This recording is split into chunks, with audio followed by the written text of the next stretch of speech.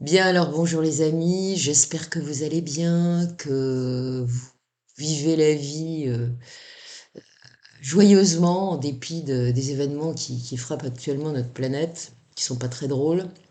Donc c'est pour ça que j'essaye de vous distraire et de vous faire penser à autre chose, autant que faire se peut.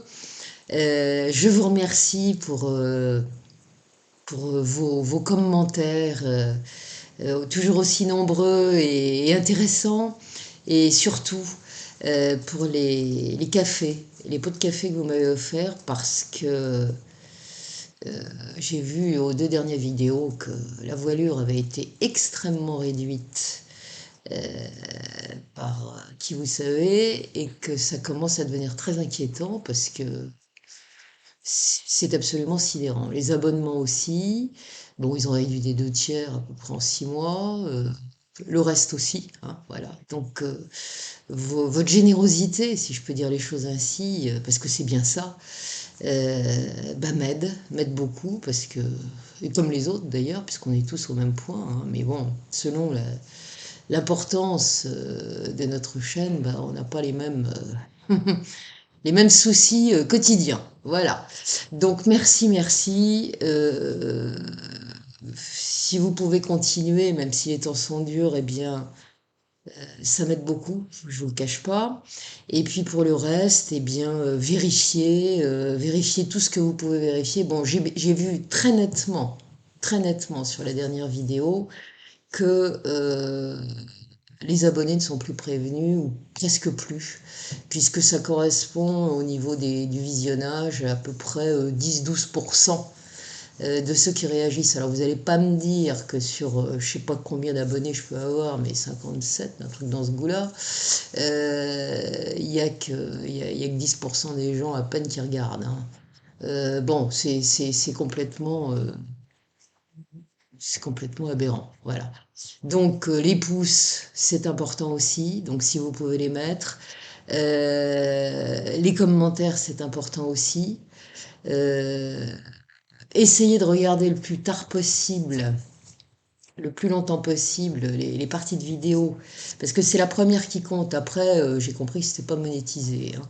Donc, comme le bazar s'arrange pour vous imposer des pubs après la durée de visionnage, qu'il a remarqué être de 25 minutes en moyenne pour le premier visionnage, et après on vous en met plein évidemment, que je vais enlever évidemment parce qu'il y en a trop, bah, vous comprenez ce qui se passe à la sortie, c'est-à-dire réduction des gains qui sont vraiment minables maintenant, hein. Euh, c'est complètement... c'est bien organisé, hein. Vive l'IA, vive l'IA, vive l'IA. Vraiment, ça marche très bien. Des gens comme moi et d'autres qui sont encore physiquement là sont une espèce en voie de disparition. Vous voyez, j'en ai vraiment l'impression, et la nette impression, c'est la réalité. Donc je vais essayer de tenir le coup. Je fais partie de ceux qui essayent de résister. Donc, mais je peux pas résister sans vous. Voilà. Donc, merci, merci, merci. Je vais pas vous embarrasser plus longtemps avec tout ça. Et on va passer au sujet de ce jour. Euh, et on va y aller. On va y aller parce que vous allez voir que ce que je vais vous dire est d'actualité. Alors ce sujet, je l'avais déjà traité il y a très longtemps, mais je l'ai complètement remanié, je l'ai énormément complété. Et vous allez voir que ce que j'y ai ajouté est très, très en correspondance avec la situation actuelle de notre planète. Voilà. Donc, je voulais la faire en deux parties parce que c'est long. Je vais la faire en une seule et j'espère que ça vous plaira parce que vous avez compris que depuis un temps, il y a beaucoup de sujets où je me permets de faire des petits commentaires. Et ces commentaires sont des références à ce qui se passe ici-bas, dans notre humanité qui part complètement en sucette, faut quand même le dire. Voilà. Donc c'est grâce à Wendell Stevens, qui est un ancien pilote de l'US Air Force et qui a plus tard enquêté sur le cas passionnant du Suisse Billy Meyer, que j'ai raconté il y a très longtemps aussi, que l'on connaît cette incroyable histoire que je vais vous conter aujourd'hui. En 1967, Wendell Stevens, qui est venu livrer des avions à la marine péruvienne, parce que c'est un pilote, comme je vous l'ai dit, et après sa retraite, eh ben, il va faire des convoyages d'avions. Eh bien, Wendell Stevens va faire une halte sur un petit port fluvial amazonien. Et c'est là que des locaux vont lui vanter l'existence de merveilleuses orchidées très rares qui ne fleurissent que dans la jungle. Et curieux de les découvrir, eh bien, il va louer les services d'indigènes qui connaissent bien la forêt. Et le voici parti en pirogue sur le fleuve Amazon. Ou, je sais plus, c'est peut-être pas le fleuve Amazon, mais enfin, il est parti en bateau. Et lorsqu'il va découvrir la luxuriance de la forêt, il va demander aux Indiens pourquoi ils ne se lancent pas dans la culture des fruits tropicaux. Et ceux-là vont lui répondre que ce serait trop compliqué pour eux, mais qu'à 3 ou 4 jours de bateau, en amont, il y a des Blancs américains qui ont des plantations dans la forêt et qui font la culture des fruits et que ça marche très bien. Tant qu'à faire, ils vont aussi lui expliquer dans la foulée qu'un Blanc, un Allemand venu quelques mois plus tôt, est parti à leur recherche mais qu'ils ne l'ont jamais revu. Intrigué, Wendell Stevens voudrait évidemment savoir davantage, mais ce jour-là, il n'y parviendra pas. Toujours est-il que cette histoire l'a interpellé, car elle lui a fait penser à celle d'un Britannique, un certain colonel Percy Fawcett, qui s'était mystérieusement évaporé dans la jungle amazonienne en 1925, alors qu'il tentait de retrouver les ruines d'une ancienne cité perdue. Il va donc garder ce qu'on lui a dit dans un coin de sa tête. Et plus tard, voilà qu'Alima, l'une de ses relations, veut le mettre en contact avec un Péruvien passionné comme lui de mystère. Et c'est ce dernier, auquel il a parlé de la mystérieuse disparition de l'Allemand, qui va exhumer de ses archives un article de journal évoquant le cas d'un ressortissant qui est effectivement originaire d'Allemagne. Et d'après cet article, cet homme, un certain Ludwig Paliman même, parce qu'il y a des tas d'erreurs dans l'article, hein, on l'appelle Paliman, alors que c'est Palman en réalité. Donc cet homme qui s'appelait Ludwig Paliman faisait commerce de matériel de transformation d'emballage de produits alimentaires ainsi que de produits diététiques biologiques qu'il vendait à une chaîne de magasins de Lima. Et celui-là, il avait un jour disparu sans laisser de traces. Personne ne l'avait jamais revu. L'article indiquait qu'il avait remonté l'Amazone à partir d'Iquitos, une petite cité péruvienne située au cœur de la forêt amazonienne, non loin de la frontière brésilienne, ceci afin de rechercher une espèce d'amarante, c'est une fleur, une plante, et elle s'appelle la Maranta arundinacea, elle sert à faire des sortes de fécules qui vont faire des liants pour les produits biologiques, enfin bon, voilà. Donc des autochtones avaient accepté de l'accompagner dans la forêt, mais jusqu'à un certain point, puisqu'ils avaient finalement refusé de débarquer. Ils avaient préféré confier cet homme à des tribus de la forêt qu'il avait conduit jusqu'aux plantations des Américains à 3 ou 4 jours de marche de là. L'article indiquait encore que les Américains auxquels ce Palman avait eu affaire étaient de parfaits humains à peau claire, qui étaient vêtus de toges blanches faites d'un léger tissu et qui s'exprimaient dans une langue étrange. Pour tenter de se faire comprendre d'eux, il les avait interpellés sans succès en diverses langues afin de tenter de se faire comprendre, en anglais, en espagnol, en allemand. Et ce n'est que lorsqu'il s'était exprimé en français qu'il avait enfin obtenu quelques réponses. Très accueillants, ces supposés Américains vont lui offrir un endroit pour dormir. L'Allemand restera avec eux durant quelques jours. Il apprendra qu'ils sont originaires d'une planète nommée Itapura, en réalité c'est Itibira, laquelle est située dans un autre système solaire et qu'ils sont venus sur Terre pour rechercher certaines plantes afin de les hybrider en vue de les ramener chez eux. Et pas seulement des plantes, mais également du bétail qui serait hybridé et ramené également sur leur planète. Tout ça, c'est bidon parce que apparemment, c'était pas ça du tout sur les animaux, hein. Au contraire. Il était aussi mentionné dans l'article que l'Allemand avait vu leur vaisseau de forme discoïdale au nombre de 3, et que c'était d'ailleurs à bord de l'un d'eux qu'il avait été ramené jusqu'à son ranch situé en République dominicaine, et ceci en un quart d'heure.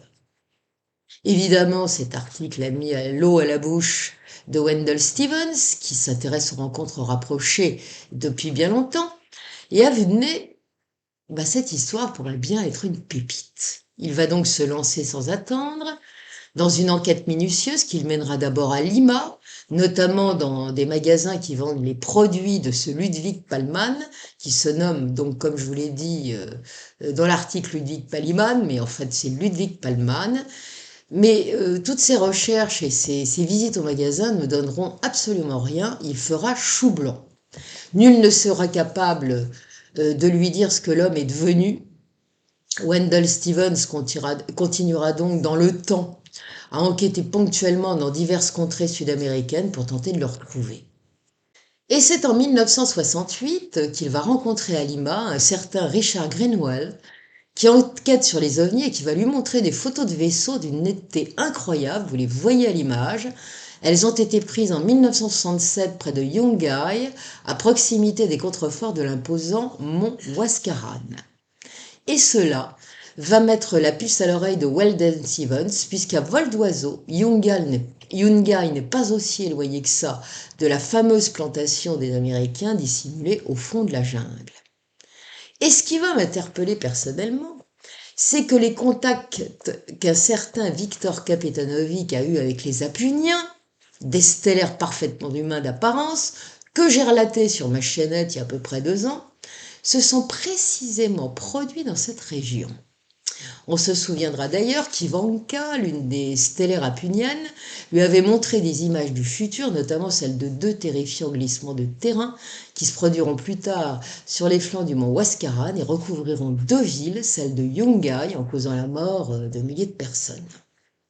Si vous n'avez pas regardé, je vous conseille de regarder cette vidéo absolument passionnante.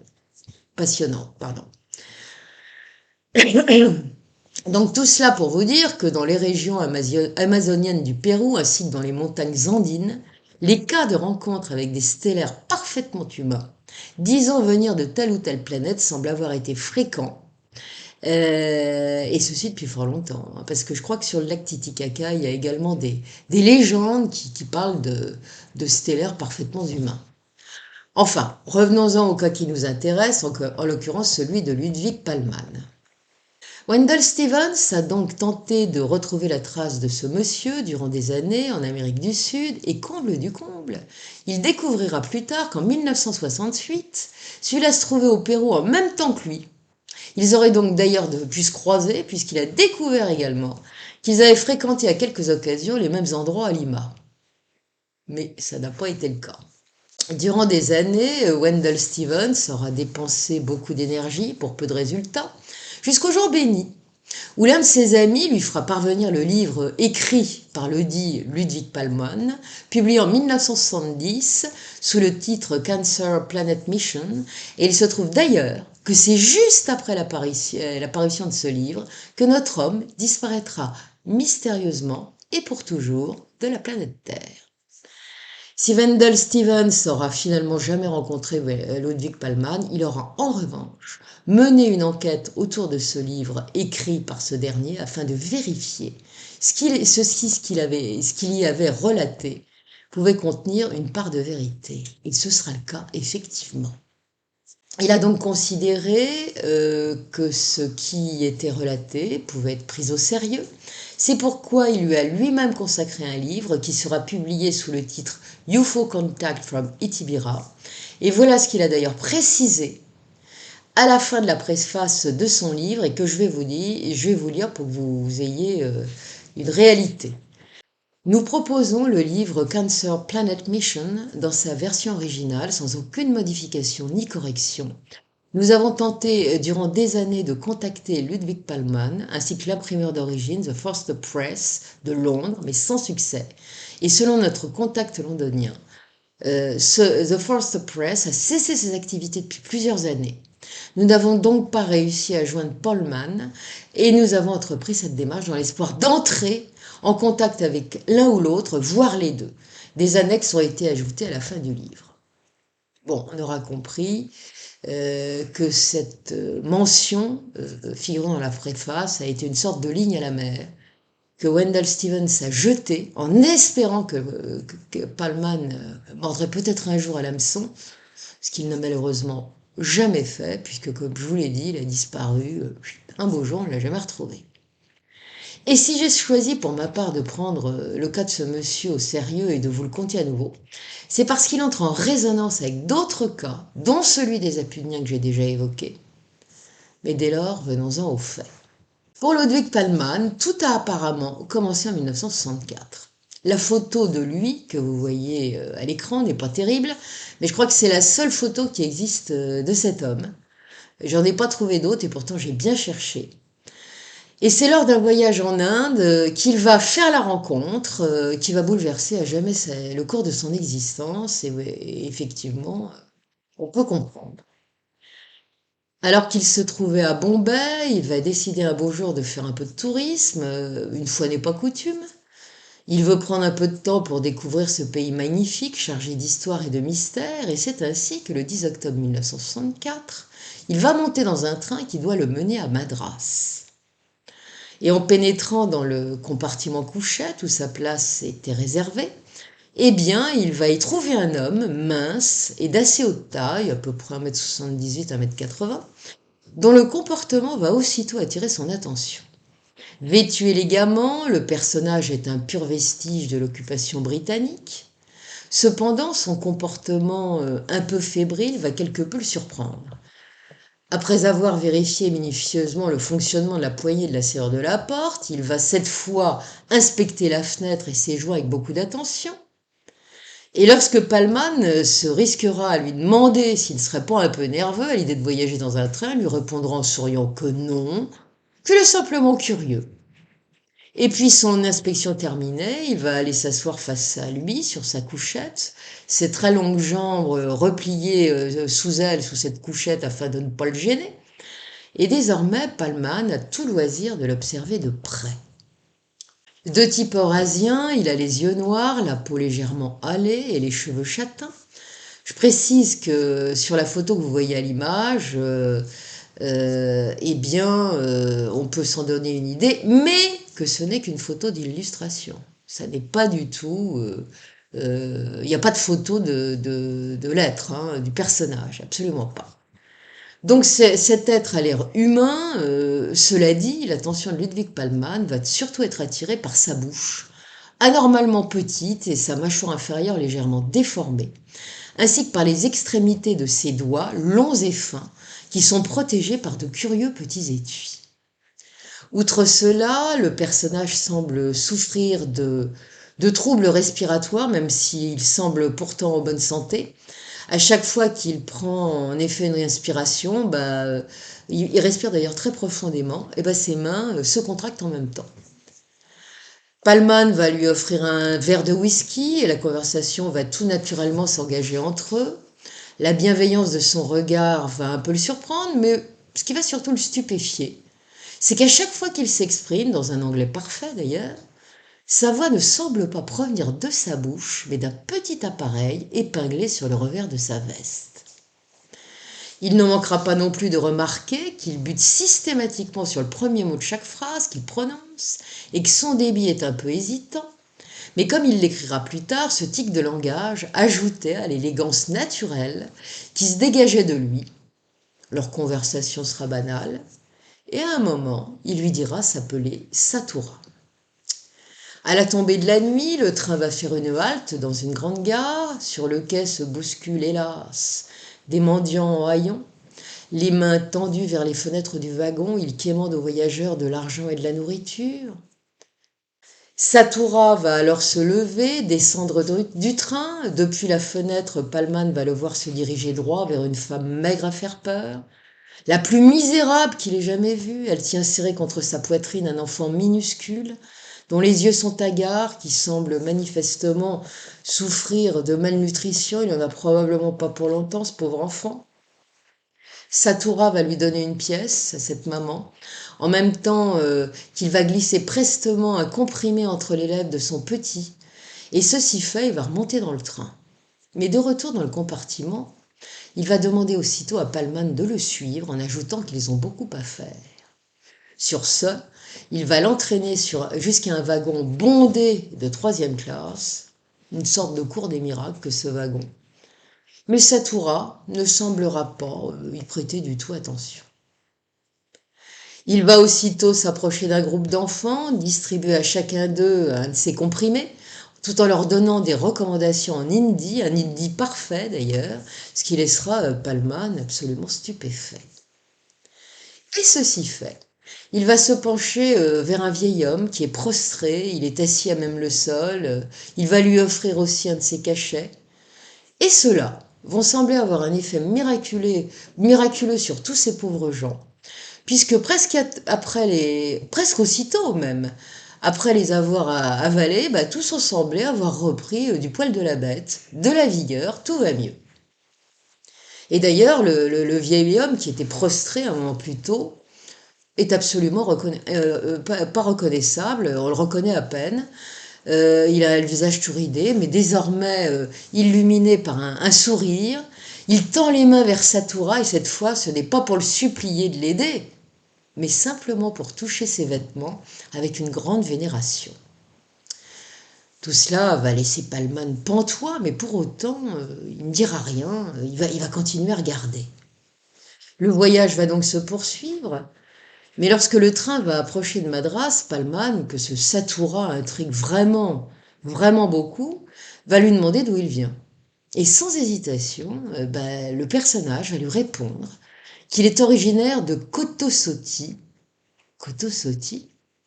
Tiens donc, il a jamais entendu parler de cette ville, Palman. Ça serait pas en Amérique centrale?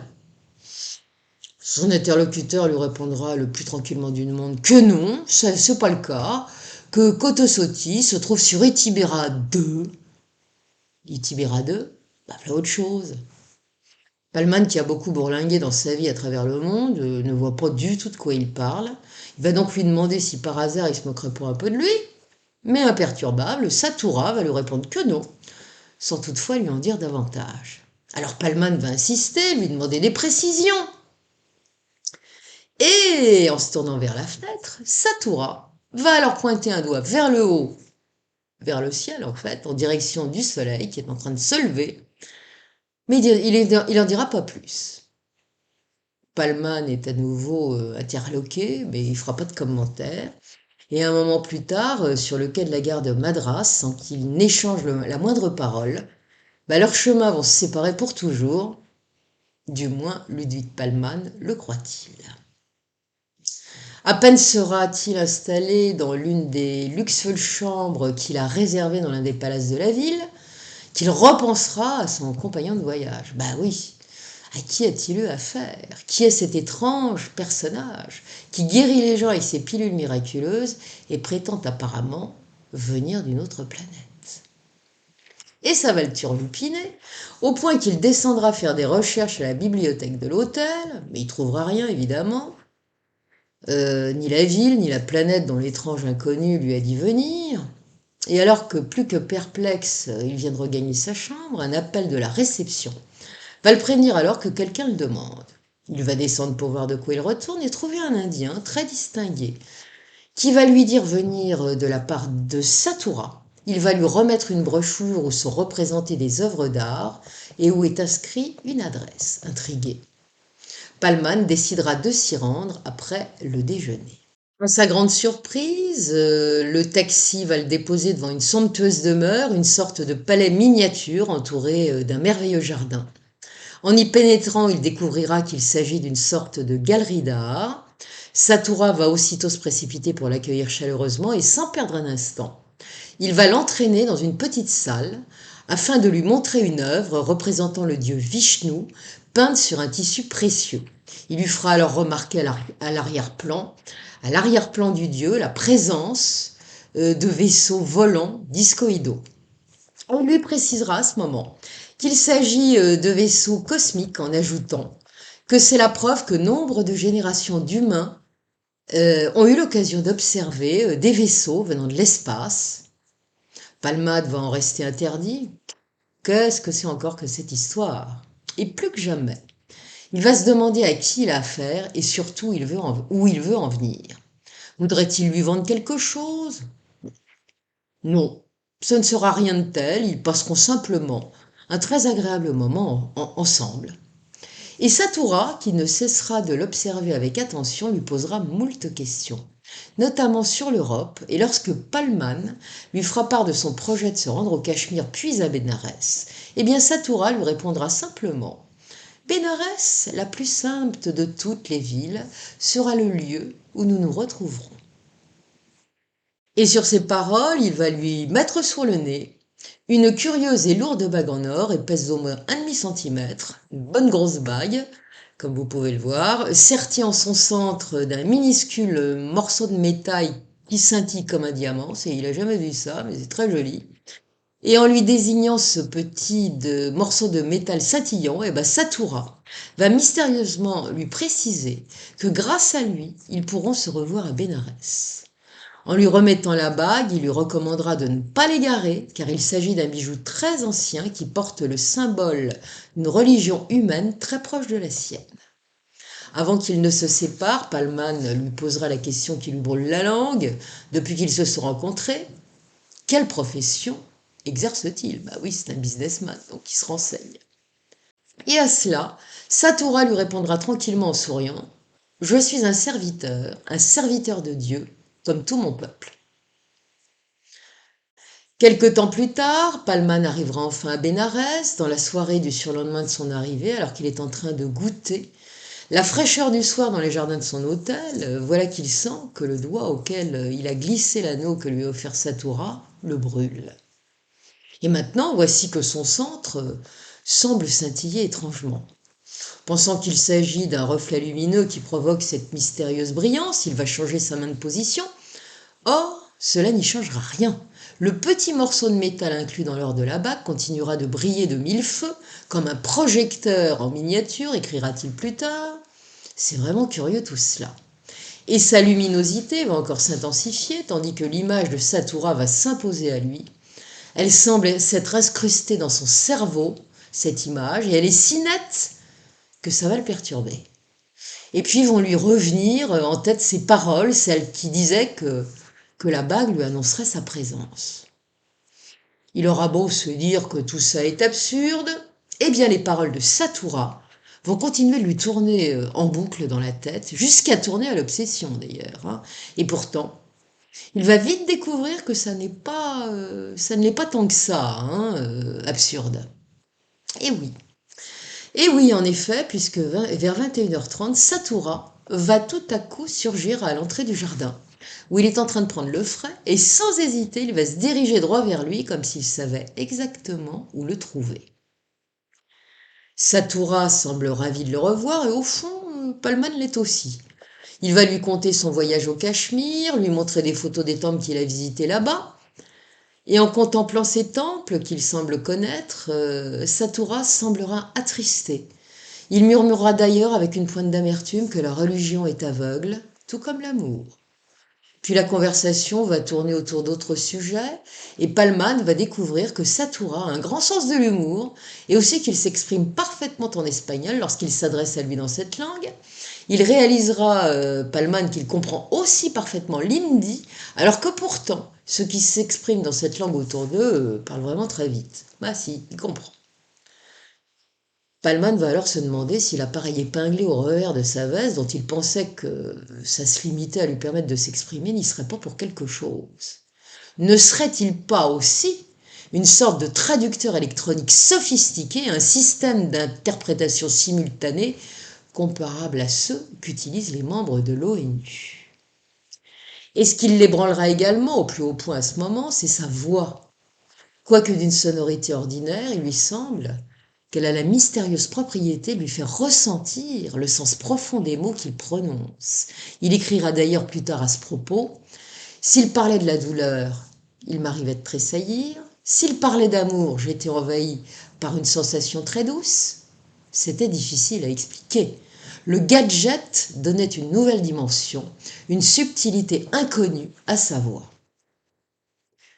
À un moment, Satura va lui demander s'il peut inviter sa sœur Xiti à les rejoindre. Enchanté, Palman va aussitôt acquiescer, et c'est alors que l'impensable va se produire, car il va aussitôt voir son interlocuteur changer d'expression. La mâchoire de Satura est crispée, ses pupilles se sont dilatées à l'extrême, tandis que son regard est devenu vide. Il semble maintenant plongé dans une sorte de transe. Palman restera sidéré, ce d'autant qu'en une fraction de seconde, tout reviendra à la normale comme si rien ne s'était produit. Après cela, ils commanderont de whisky à un serveur, mais à peine celui-ci aura-t-il tourné les talons que Palman verra apparaître une femme particulièrement séduisante.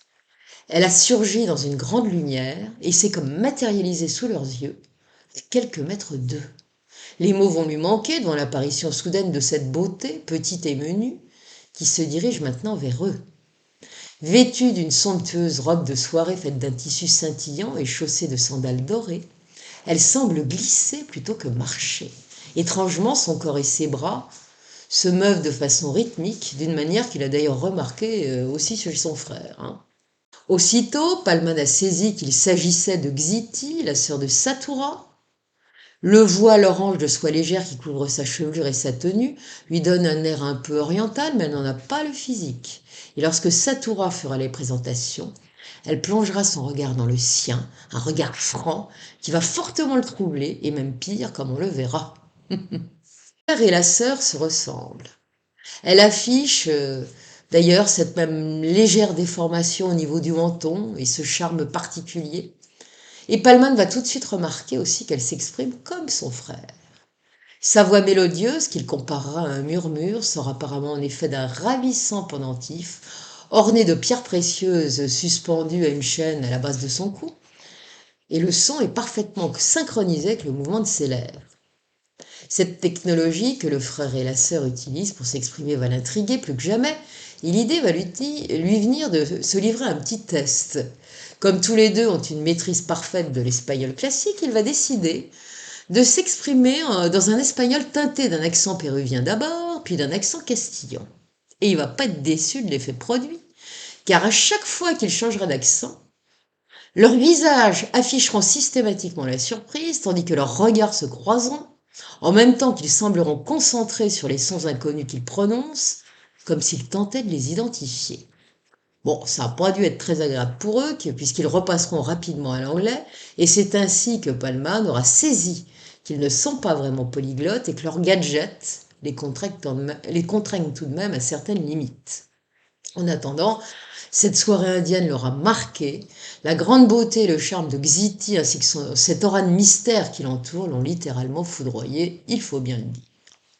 Et le lendemain, alors qu'ils se promènent tranquillement sur les bords du Gange en se posant des questions sur elle et son frère et leur prétendue nature stellaire, ben voilà qu'ils se demandent s'ils ne seraient pas la victime d'une farce bien ficelée.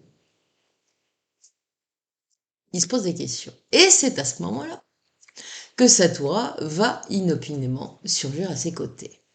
Quelle surprise! Il est apparu soudain, comme ça, au milieu de la foule dense qui se presse autour de lui. C'est un peu fort que tout ça. Comment savait-il qu'il se trouvait là et comment a-t-il pu le retrouver au milieu de tout ce monde? Il se pose la question. Satura aurait-il lu dans ses pensées? En tout cas, lorsqu'il l'a salué, il lui a lancé d'entrée de jeu: Ah, je me doutais bien que je te trouverais ici. Ah oui, c'est toi maintenant. Sans plus attendre, Satura va l'entraîner au monastère de Ramash Krishna. Là, ils vont se retrouver mêlés à la foule des plus pauvres, à marcher vers le chemin de la résignation ultime. Je me garderai de vous dire le nom indien qu'il désigne, tant il est lent et compliqué à prononcer. Je suis déjà pas très douée avec des trucs plus simples, donc là, j'oublie.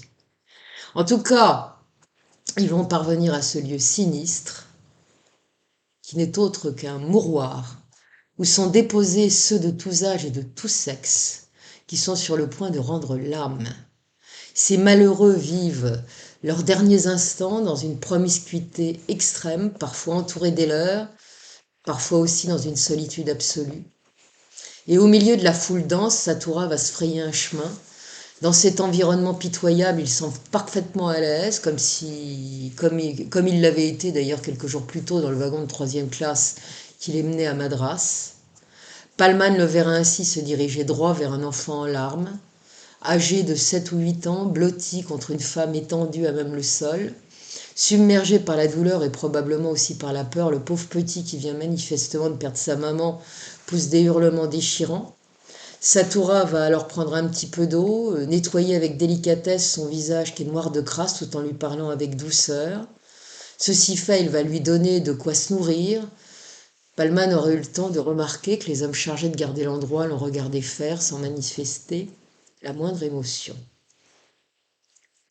Ce spectacle terrifiant pour un occidental l'a évidemment bouleversé, et lorsqu'il va demander à Satura ce qu'il se passe en Inde et ce que va devenir cet enfant, celui-là lui répondra simplement « Rien. L'Inde sera toujours l'Inde », tout en ajoutant que la violence ne résout rien et qu'il appartient à sa population de reprendre le contrôle. Et aussi que la pitié n'est pas la solution au problème de la famine en Inde, que quand bien même 1000 navires y accosteraient chaque jour pour y livrer de la nourriture, cela n'y changerait rien. Le contrôle de la population est la seule réponse aux problèmes jumeaux de l'Inde, la pauvreté et la famine, et on aura compris que le contrôle auquel il a fait allusion est celui des naissances. Et c'est alors que Palman va repérer Xiti au milieu de la foule. Sur le coup, il l'a pas reconnu, vêtue d'un élégant sari vert et coiffée d'un curieux chapeau de forme, le haut du visage caché par un voile de soie fine, un voile de soie fine. Elle est en train de prodiguer des soins à des mourants, majoritairement des enfants, et ceci avec une grande compassion. Il la verra ainsi extraire des plis de son sari une sorte de pâte jaune qu'elle va appliquer sur les plaies ouvertes couvrant le corps d'une petite fille qui ne cesse de pleurer et de gémir de douleur, et il n'en reviendra pas lorsqu'il verra pratiquement dans l'instant la petite se calmer et même esquisser un sourire. Et même si une terrible envie le taraude d'aller parler à Xiti, il préférera la laisser vaquer à sa tâche et s'éclipsera. Et tout en cheminant, il se remémorera l'étrange phrase que son frère a prononcée la veille au soir. « Seul mon peuple connaît la véritable horreur du péché de négligence. » Et ce sera une fulgurance qui va lui traverser la tête. Il en a soudain saisi tout le sens, et dans son livre, il écrira d'ailleurs à ce propos. Je lis, la négligence et l'apathie sont des péchés capitaux que nous encourageons par peur d'entreprendre quoi que ce soit de positif. J'ai pensé à tous ceux qui vivent dans la misère en Inde, dans certaines régions d'Afrique, d'Amérique du Sud et d'Asie. J'ai pensé aux millions d'êtres humains qui ont mené des vies irréprochables et qui ont été punis par une terrible maladie incurable comme le cancer. Une maladie qui, comme tant d'autres qui accablent l'humanité, pourrait être guérie si l'homme consacrait ses compétences et ses ressources à la recherche nécessaire, au lieu de les gaspiller en futilité, telles que les bombes atomiques. Peut-on lui donner tort lorsque nous voyons l'état de notre monde actuel qui sombre dans le chaos, avec en arrière-fond évidemment le sujet nucléaire.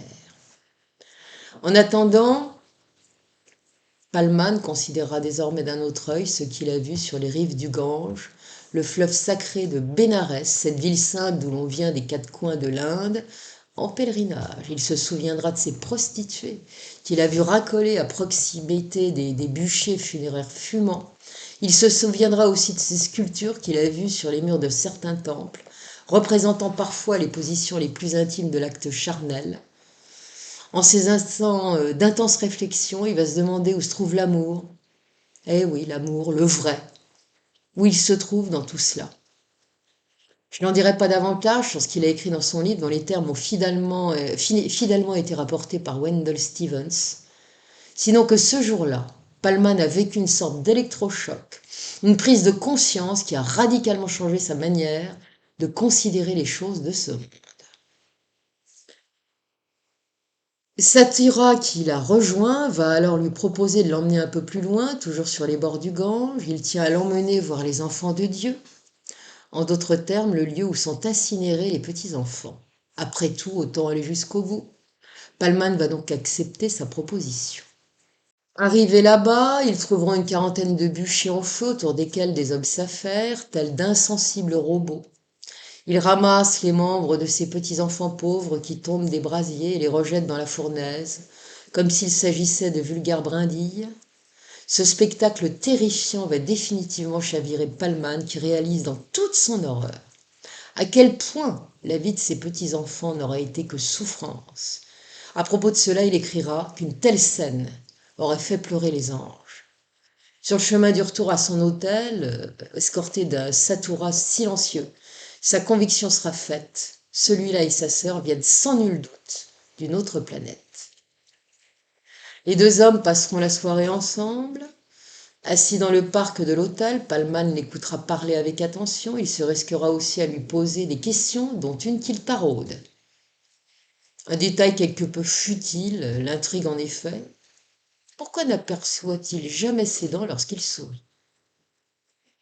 Satura, qui a manifestement capté sa pensée, va lui expliquer qu'au fil d'une longue évolution génétique, les dents des hommes et des femmes de sa planète ont fini par pousser atrophiées, car elles leur étaient vraiment plus vraiment utiles. Et c'est pourquoi, lorsqu'ils viennent sur Terre, afin de ne pas sembler trop différents des humains, ils utilisent un support artificiel qui leur permet de donner à leur bouche un aspect à peu près semblable à la leur. Satura lui dira encore que leur langue a également la particularité d'être plus petite que celle des terriens, ce que Pallman pourra d'ailleurs constater de ses yeux, puisque Satura a accepté de se prêter un examen. Il va tirer la langue et Pallman pourra bien voir qu'elle est plus petite et un peu plus pointue aussi. Xiti les a rejoints, et cela, pile au moment où il a demandé à Satura de lui montrer le bout de ses doigts. Ses doigts qu'il a toujours vus recouverts d'étuis. Le frère et la sœur, qui portent tous les deux des étuis, donc, vont enlever ces étuis et ce qu'il va découvrir va le laisser stupéfait. Il va voir que les doigts de Satura, dont la chair est fine et rosée, sont dépourvus d'ongles et surtout que ses extrémités sont plates et arrondies comme de petits disques. Tiens donc, bizarre. Et Satura précisera que tous les hommes de sa planète ont les bouts de doigts ainsi faits. Il ajoutera aussi qu'ils ont également la propriété, ces doigts, de présenter une incroyable hypersensibilité. Et lorsque Xiti enlèvera ses étuis à son tour, elle va rester sans voix. Ses mains sont un véritable chef-d'œuvre de la nature. Ils sont effilés, longs, eux aussi dénués d'ongles, mais surtout, ils présentent des extrémités pointues d'une finesse incroyable. Ça doit être vraiment très joli et très bizarre surtout. Et ce ne sera pas tout. Pallman va ainsi apprendre que leurs doigts disposent de fonctions particulières qui ne se limitent pas, comme pour les humains, à l'appréhension et au toucher. Leurs terminaisons nerveuses hypersensibles leur permettent également d'analyser les sons et même de les entendre. Ils les utilisent encore, comme nous-mêmes, nous servons de notre langue, pour goûter les saveurs. Ils lui indiqueront que cette particularité s'avère très utile lorsqu'il réalise des recherches dans le domaine biologique. Des recherches dans le domaine biologique? Tiens donc. Pour autant, Pallman ne posera pas de questions. Après cette soirée mémorable, il ne les reverra plus. Il s'en retournera donc en Europe et le 6 novembre 1964, alors qu'il séjourne à Zurich, la curiosité va le pousser à se rendre chez un joaillier afin de faire examiner la bague dont lui a fait cadeau Satura et qu'il n'enlève jamais de son doigt. Et là, le joaillier va rester perplexe. La gravure de cette bague présente de toute évidence des motifs précolombiens, mais ceux-là lui sont totalement inconnus. Quant au travail de l'or du bijou, lui aussi est très particulier. Et comme il ne sait pas trop quoi en penser, il va donc lui recommander de s'adresser à un spécialiste. Pallman suivra donc son conseil et l'expert lui annoncera que de toute évidence, sa bague remonte au moins aux premières dynasties précolombiennes et qu'elle a donc une très grande valeur. Puis il ajoutera que ce qui l'intrigue le plus, c'est ce petit insert de métal qui orne son centre. Il n'a jamais rien vu de tel de sa vie, et il ira même à dire, en blaguant ou pas, que ce métal lui semble inconnu sur la Terre. Quelques années vont passer, durant lesquelles Pallman va commencer de plus en plus à commercer avec certains pays d'Amérique du Sud et d'Amérique centrale, et voilà qu'un jour, il va croiser à Iquitos, au Pérou, un petit fort fluvial perdu au fond de la jungle amazonienne, un guide d'origine autrichienne, Celui-là, qui est un peu explorateur et qui a roulé sa bosse un peu partout sur le continent sud-américain, va lui conter une bien curieuse histoire. Il va ainsi lui dire textuellement que de l'autre côté de la rivière Yavari, dans la partie amazonienne du Pérou, des explorateurs blancs se sont intégrés à la vie des indigènes de la forêt et que ces blancs ont des mains très étranges, si bien qu'il a pensé qu'ils venaient d'un autre monde. Il ajoutera encore qu'ils sont d'excellents ingénieurs et détiennent de grandes connaissances techniques et technologiques, et d'ailleurs qu'ils lui ont réparé un jour et en deux temps trois mouvements l'hélice arrière de son hors-bord.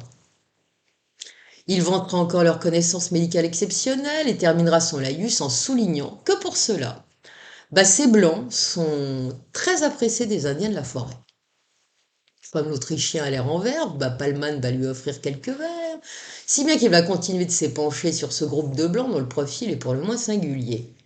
Et c'est ainsi qu'il apprendra que l'un d'eux a une bouche bizarre.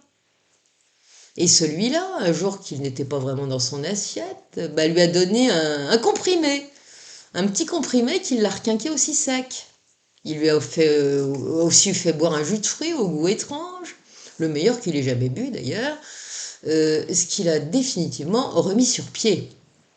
Et oui, il a vraiment rencontré des blancs devenus indigènes et des gens bizarres, puisque lorsqu'il leur a conseillé de revenir à la civilisation, ceux-là lui ont aimablement répondu qu'ils n'étaient pas intéressés. L'Autrichien confiera encore à Palman avoir parlé de ces étrangers à des missionnaires brésiliens installés à la frontière, mais ceux-là n'ont pas cru un mot de son histoire. Et oui, ils lui ont répondu qu'il avait certainement dû sérieusement délirer ce jour-là du fait de la fièvre dont il souffrait, car aucun homme blanc ne s'aventure jamais dans cette partie de la forêt infestée d'Amérindiens cannibales extrêmement dangereux, qu'il faudrait être complètement dingue, enfin fou en tout cas, pour mettre les pieds dans cette zone. En entendant tout cela, Palman a sursauté et bu du petit lait. Pour autant, il se gardera bien de piper mot de son aventure aux Indes à son volubile interlocuteur qui va continuer de lui conter sa vie ainsi qu'un fait terrifiant qui l'a vraiment marqué. Et ce fait s'était produit à la Noël 1946, non loin de Pucallpa, dans la province d'Ucayali. Le rio Ucayali était alors en crue, sale et boueuse, ses eaux dangereuses grouillaient de piranhas.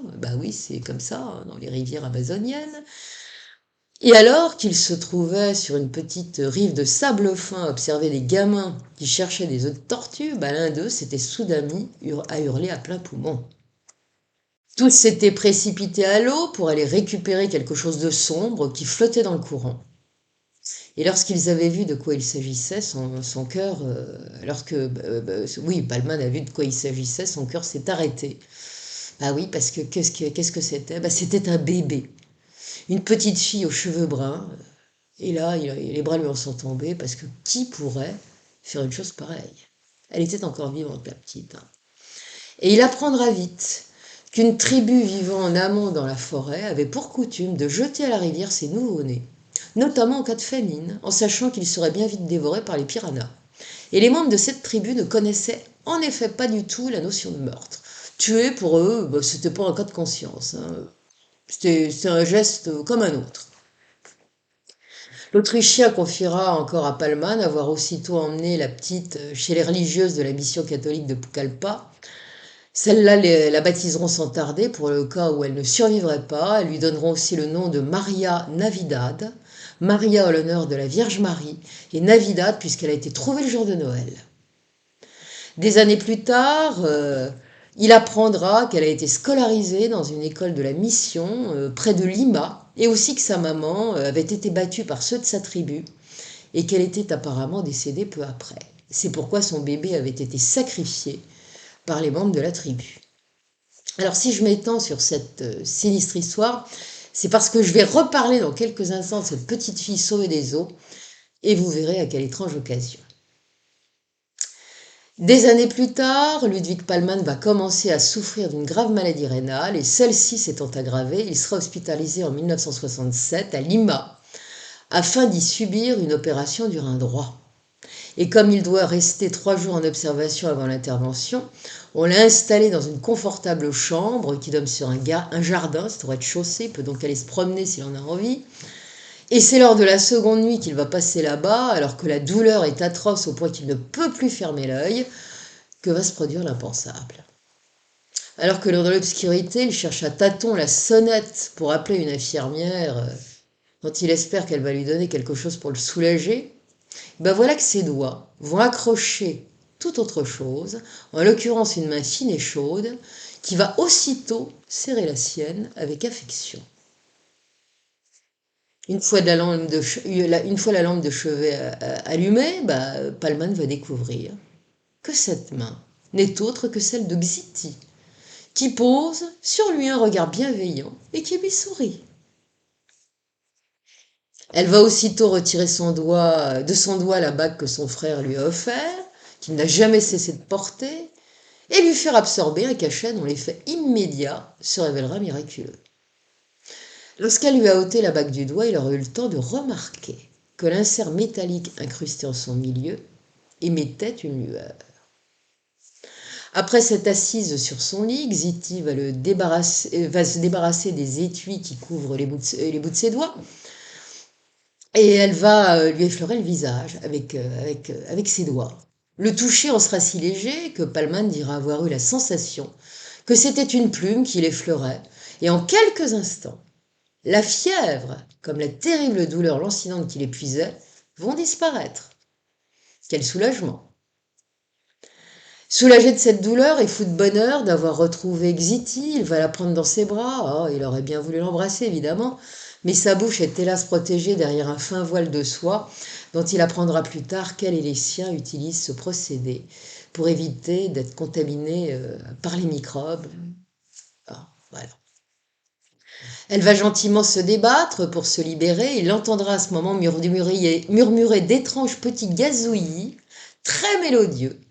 Pour autant, elle ne s'enfuira pas et demeurera à son chevet tout le reste de la nuit. Ils regarderont ensemble l'aube se lever et après avoir discuté à voix basse jusqu'au petit matin, ils vont se séparer. Hein, c'est romantique tout ça, n'est-ce pas? Dans la pénombre, Palman n'aura pas manqué de remarquer que le médaillon qu'elle portait émettait une lueur, comme d'ailleurs l'insert de métal de sa bague qu'il avait remis à son doigt. Et c'est à ce moment qu'il va se risquer à lui demander, avant qu'elle ne se sauve, comment elle a su qu'il se trouvait en Amérique du Sud et précisément à Lima, dans cet hôpital.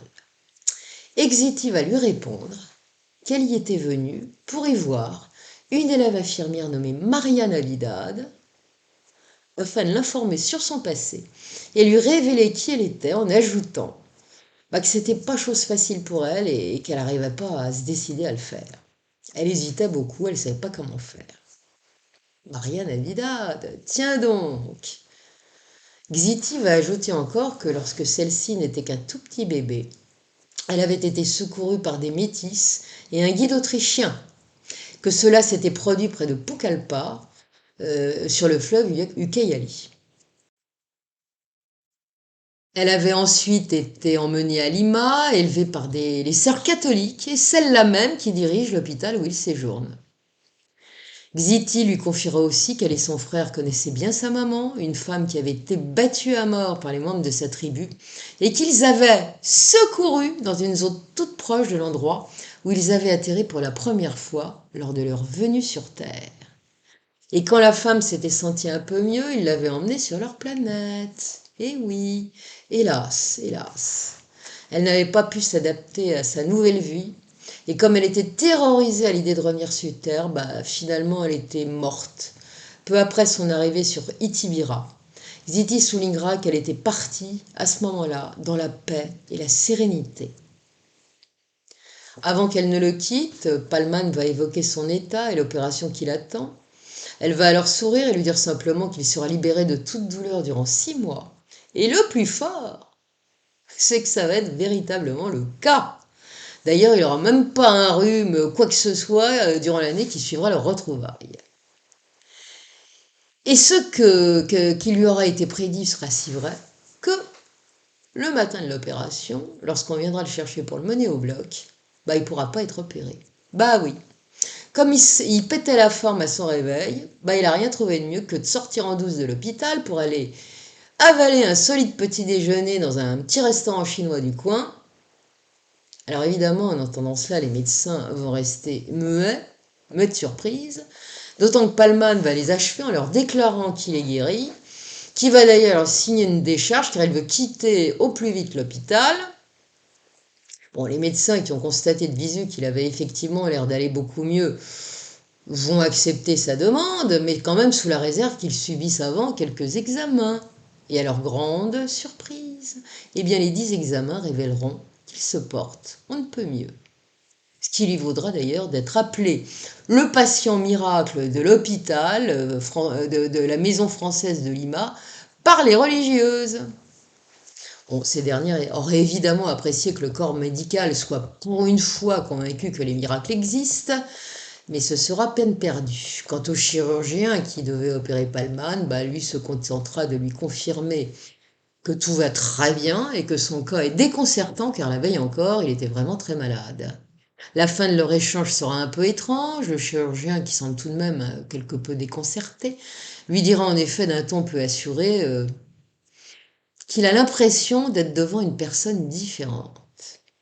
Et lorsque Palman lui répondra avec malice qu'il a dû recevoir durant la nuit la visite d'un ange, bah le chirurgien lui répondra en lui lançant un regard perçant tout en affichant un masque de sphinx que ça doit être en effet le cas. No comment. Avant de quitter l'établissement, Palman demandera à une religieuse s'il lui est possible de rencontrer Maria Navidad, pardon. La permission lui en sera accordée, il va expliquer donc, Palman, à la jeune infirmière qui est âgée d'une vingtaine d'années maintenant, qu'il a été mis au courant de son histoire par une jeune femme nommée Xiti et que celle-ci aurait bien aimé la revoir. Et comme Xiti lui expliquait qu'elle ne parvenait pas à se décider à le faire, et ben il va lui révéler à cette jeune infirmière ce qui lui est arrivé ainsi qu'à sa maman lorsqu'elle était tout bébé. Et cette révélation va la faire éclater en sanglots. Lorsqu'il la verra dans cet état, Palman se sentira passablement coupable de l'avoir tourmentée. Mais bon, il faut quand même être honnête, s'il lui a parlé de tout ça, c'est parce que c'est peut-être pour faire plaisir à Xiti, mais c'est surtout parce qu'il espérait en apprendre davantage sur ses amis stellaires. Et là, ça aurait été un coup d'épée dans l'eau, puisque la jeune infirmière, bouleversée par ce qu'il lui a dit, ne lui aura fait aucune confidence. Et après sa sortie de l'hôpital, Palman va rejoindre l'un des palaces de la ville, où il a retenu une chambre. Et puis dans la soirée, il va se rendre au Sky Room, le bar panoramique du très chic hôtel Crillon, fréquenté à l'époque par la société huppée de la ville, et c'est là qu'il a donné rendez-vous à Xiti. Eh oui, Palman s'est risqué à lui donner un rencard. Et une fois sur place, il aura la surprise de découvrir qu'elle est arrivée la première et qu'elle a fait également son petit effet tant auprès des clients que du personnel. Vêtue élégamment comme à son habitude, elle a cependant couvert sa tête d'un voile de mousseline de soie bleue qui lui couvre à moitié le visage et qui dénote un peu. Pour elle, évidemment, il ne s'agissait que d'une protection, mais tous ces gens qui n'ont eu de cesse de la scruter, plus ou moins gentiment, ça, ils ne pouvaient pas le savoir. Et bien qu'on ne connaisse pas dans le détail ce dîner mémorable, ce rendez-vous romantique sera le début d'une belle histoire d'amour. Et cette proximité sentimentale de Palman avec Xiti va lui permettre de mieux connaître ces stellaires venus d'Itibira, leur mode de pensée et leurs croyances. Il va ainsi apprendre comment Xiti et les siens sont parvenus à se sentir en sécurité parmi les terriens, même si certains se sont montrés parfois très belliqueux. Ils lui diront alors leur conviction qu'aucun terrien ne peut réellement leur faire du mal, et ceci grâce à l'Amat Mena, qui est leur science de l'âme. En attendant, Palman va découvrir que Xiti et les siens sont télépathes, ils peuvent donc lire dans les pensées, ils sont aussi capables d'influencer les humains si les circonstances l'exigent, en particulier lorsqu'il s'agit d'assurer leur sécurité. Bah oui. Il va découvrir aussi comment on peut communiquer avec l'autre sans qu'il soit besoin de mots, mais simplement par le contact des mains ou par de petits gestes, et ressentir ainsi pleinement ce qu'est le bien-être physique et mental. Et aussi ce que les Itibiraïens ressentent face au temps et comment ils le gèrent. Notre vie à nous, les humains, est conditionnée par le temps. Hélas, nous, humains, passons notre vie à courir dans tous les sens, pressés par ce maudit temps qui s'écoule implacablement pour nous mener à cette échéance finale que nous redoutons tant. Nous ne faisons quasiment jamais de pause pour prêter attention à ce qui nous entoure afin d'en profiter pleinement, alors que voient, pensent et vivent les choses très différemment. À leurs yeux, notre manière de faire n'est autre que la manifestation d'une peur terrifiante de la vie, comme si celle-ci était une sorte de malédiction. Avec Ziti, Palman va commencer à vivre les choses autrement, il constatera rapidement qu'elle est détendue, même plus que détendue. Et aussi qu'elle et les siens sont en permanence dans la conscience, pleine conscience de ce qui les entoure, qu'ils vivent pleinement, et qui plus est dans la félicité.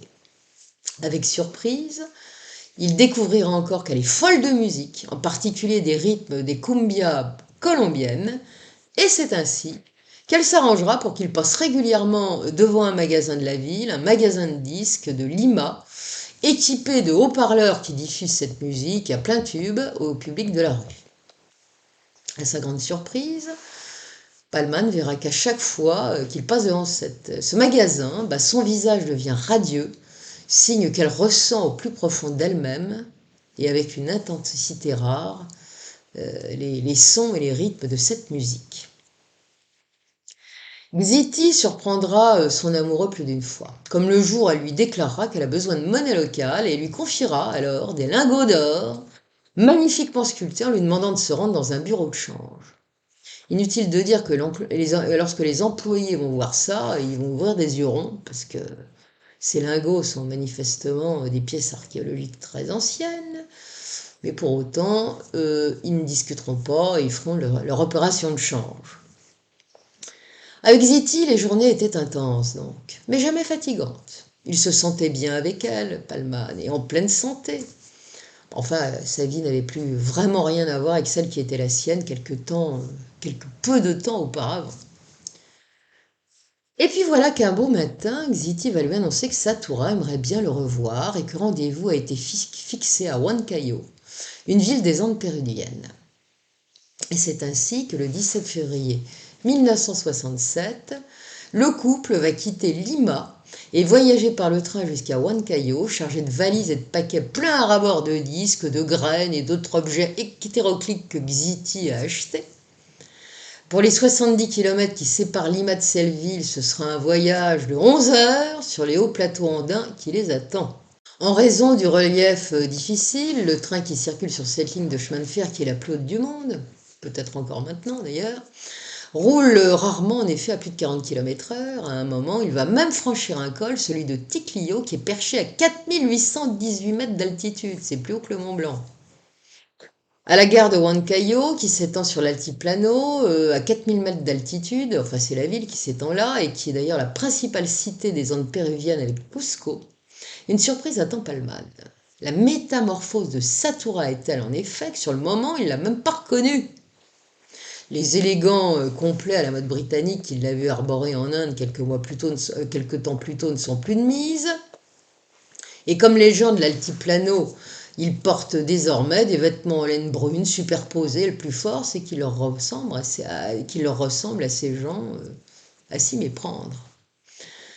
Une vieille Buick brinque-ballante qui fait office de taxi et n'a même plus de capot avant va les mener jusqu'aux abords d'un grand lac aux eaux bleues et paisibles qui pourrait bien être le lac Junin, même s'il n'en aura pas la certitude.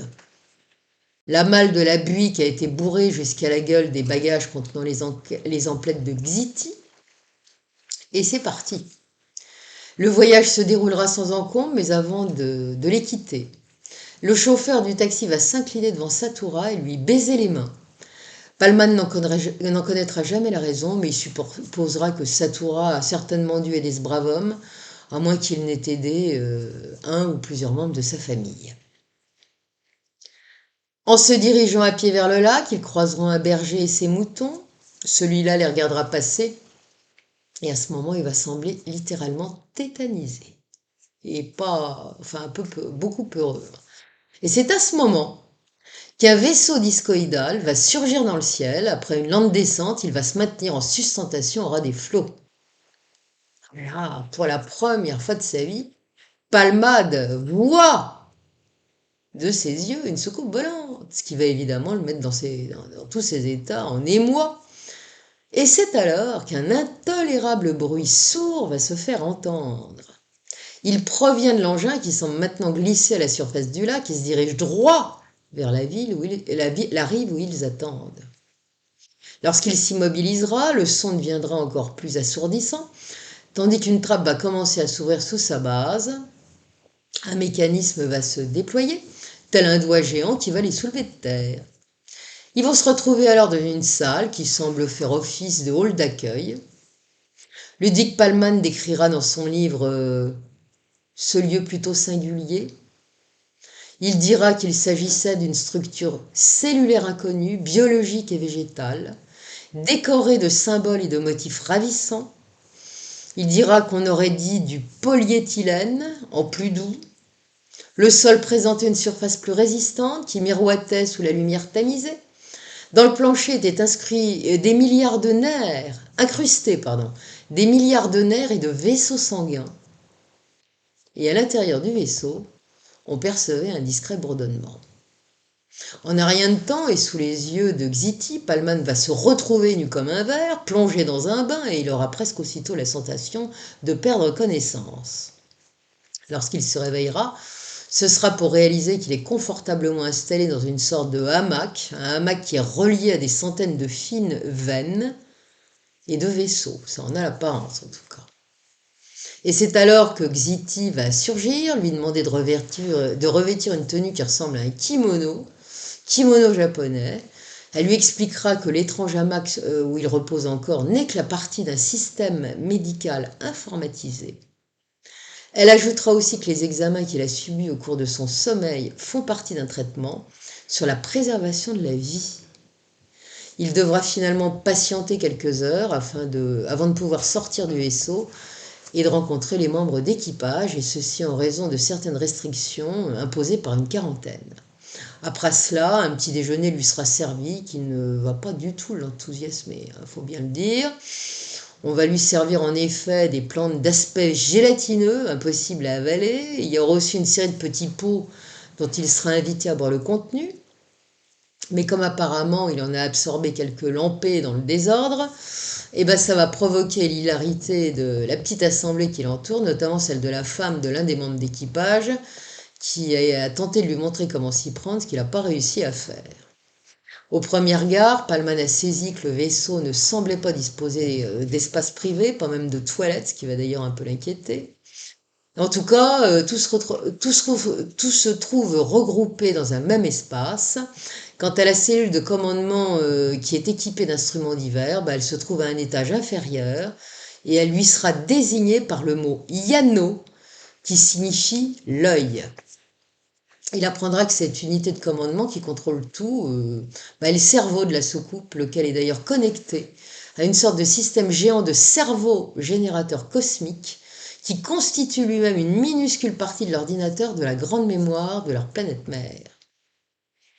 On va alors l'encourager à poser des questions et à donner ses impressions à propos de tout ce qui lui sera montré. Et c'est ainsi qu'il aura le privilège de contempler Itibira II, leur planète mère, dont il précisera qu'elle se trouve il lui sera précisé, qu'elle se trouve dans un système solaire proche du centre de notre galaxie. Palman se verra offrir une sorte de visite virtuelle d'Itibira qui s'avérera si réaliste qu'il aura la sensation de s'y trouver vraiment. Il découvrira ainsi les moyens de transport des Itibiraïens, leurs installations de transformation alimentaire, leurs machines biologiques ainsi que des installations de matériel divers. Il assistera également à un concert et se rendra dans certaines maisons. Il dira alors avoir éprouvé la sensation d'avoir été invité chez des amis. Et dans cette société, que Palman qualifiera de société utopique, tous semblent heureux. Les jeunes comme les vieux sont souriants et en pleine forme. Personne ne semble impatient ou pressé, nul ne semble triste ou en colère. La sérénité règne en maître. Et dans les centres de santé, qu'il visitera sous le contrôle de l'œil, il verra des patients qui attendent sereinement leur tour, On lui indiquera que les gens pratiquent des cures d'hydrothérapie, aussi bien en interne qu'en externe, c'est-à-dire il y a de l'hydrothérapie interne et puis externe, et ceci afin de rester en bonne santé. Pallman admirera encore les habitations des Itibiraïens aux formes futuristes, le plus souvent édifiées sur les rives de rivières ou de lacs, et apprendra que ceux-là apprécient beaucoup les couleurs vives et qu'ils prisent particulièrement la couleur orange. Et ce qu'on va lui montrer aussi, et qui va le surprendre, c'est qu'Itibira 2 est directement relié à deux petites planètes satellites. On va lui expliquer que l'une, désignée sous le nom d'Akai, bat comme un cœur biologique artificiel géant et insuffle son énergie à la planète mère. Et que l'autre, qui porte le nom de Coxaxixan, surnommée la planète usine, la planète esclave, elle fonctionne comme une usine. Ce seraient d'ailleurs certains de ses interlocuteurs qui étaient manifestement des scientifiques érudits qui l'auraient baptisé l'usine, cette planète. On montrera son centre à Pallman et à sa grande stupeur, il constatera qu'il a l'aspect d'une pieuvre géante du fait des multiples câbles et canaux qui s'y entrecroisent et qui ont l'apparence de tentacules. On lui précisera que pour la rendre opérationnelle, cette planète, les ingénieurs d'Itibira avaient réussi en des temps reculés l'exploit de lui trancher le sommet comme s'il s'était agi d'un œuf géant. Il apprendra encore que l'énergie illimitée qu'elle fournit leur permet de répondre à tous leurs besoins, et c'est ainsi que leur vaisseau use de cette énergie pour se déplacer dans tout le cosmos, et que les Itibiraïans peuvent produire tout ce dont ils ont besoin grâce à elle. Pallman apprendra encore que le climat d'Itibira 2 est aussi régulé par cette planète usine. Du fait de cela, Itibira n'est plus affecté par des catastrophes naturelles, ouragans, inondations et tout le reste, pas plus que par les séismes. D'après ce qu'il comprendra, les Itibiraïans auraient également réussi à réguler leur propre système solaire afin d'obtenir les meilleures séquences temporelles intercosmiques possibles. C'est textuellement ce qu'ils lui ont dit. Satura apprendra à Pallman que tout cela a fait que sa civilisation a pu se débarrasser une fois pour toutes de toutes ses peurs. Ah ah, quelle chance! Parce que si on y réfléchit bien quand même, ce qui détruit les humains de la Terre, ce sont ces peurs. Ces peurs de tout qui les font tomber malades, s'affronter en permanence. Vous avez vu qu'ici, c'est pas une partie de plaisir. Enfin, au troisième jour de son séjour à bord du vaisseau, Pallman va assister à une conversation entre Xiti et sa famille au moyen d'un écran qui ressemble à un écran de télévision. Et comme le reste des équipements du vaisseau, la nature de cet écran est biologique et il réagit au toucher. Xiti et ses parents vont échanger dans une langue haut perchée, mélodieuse, teintée de tonalités humoristiques. Et Pallman soulignera que ces gens étaient charmants et que leur exquise politesse leur a fait penser à celle des Japonais, même s'ils n'en avaient pas du tout le physique. Il lui sera également permis de contempler le magnifique endroit où ces gens vivent, perdus au creux d'une végétation luxuriante regorgeant de fleurs, des fleurs de toutes les couleurs. Et comme leur demeure est située près d'une rivière, il découvrira que flottent à sa surface de splendides fleurs aquatiques, belles comme il n'en a jamais vu. Lorsque l'échange avec ses parents s'achèvera, ces braves gens diront à plusieurs reprises à leur fille « Silit, Silit », et Xiti lui expliquera après que ça signifie « Bienvenue dans nos cœurs ». Après cela, lorsque Xiti conversera avec une voisine de ses parents, par le biais de l'écran, l'œil du vaisseau lui permettra d'admirer l'intérieur de sa maison, décorée avec beaucoup de goût, de symboles semblables à ceux qu'il a vus dessinés sur les parois du vaisseau. Pallman visionnera également un spectacle qui va le laisser perplexe.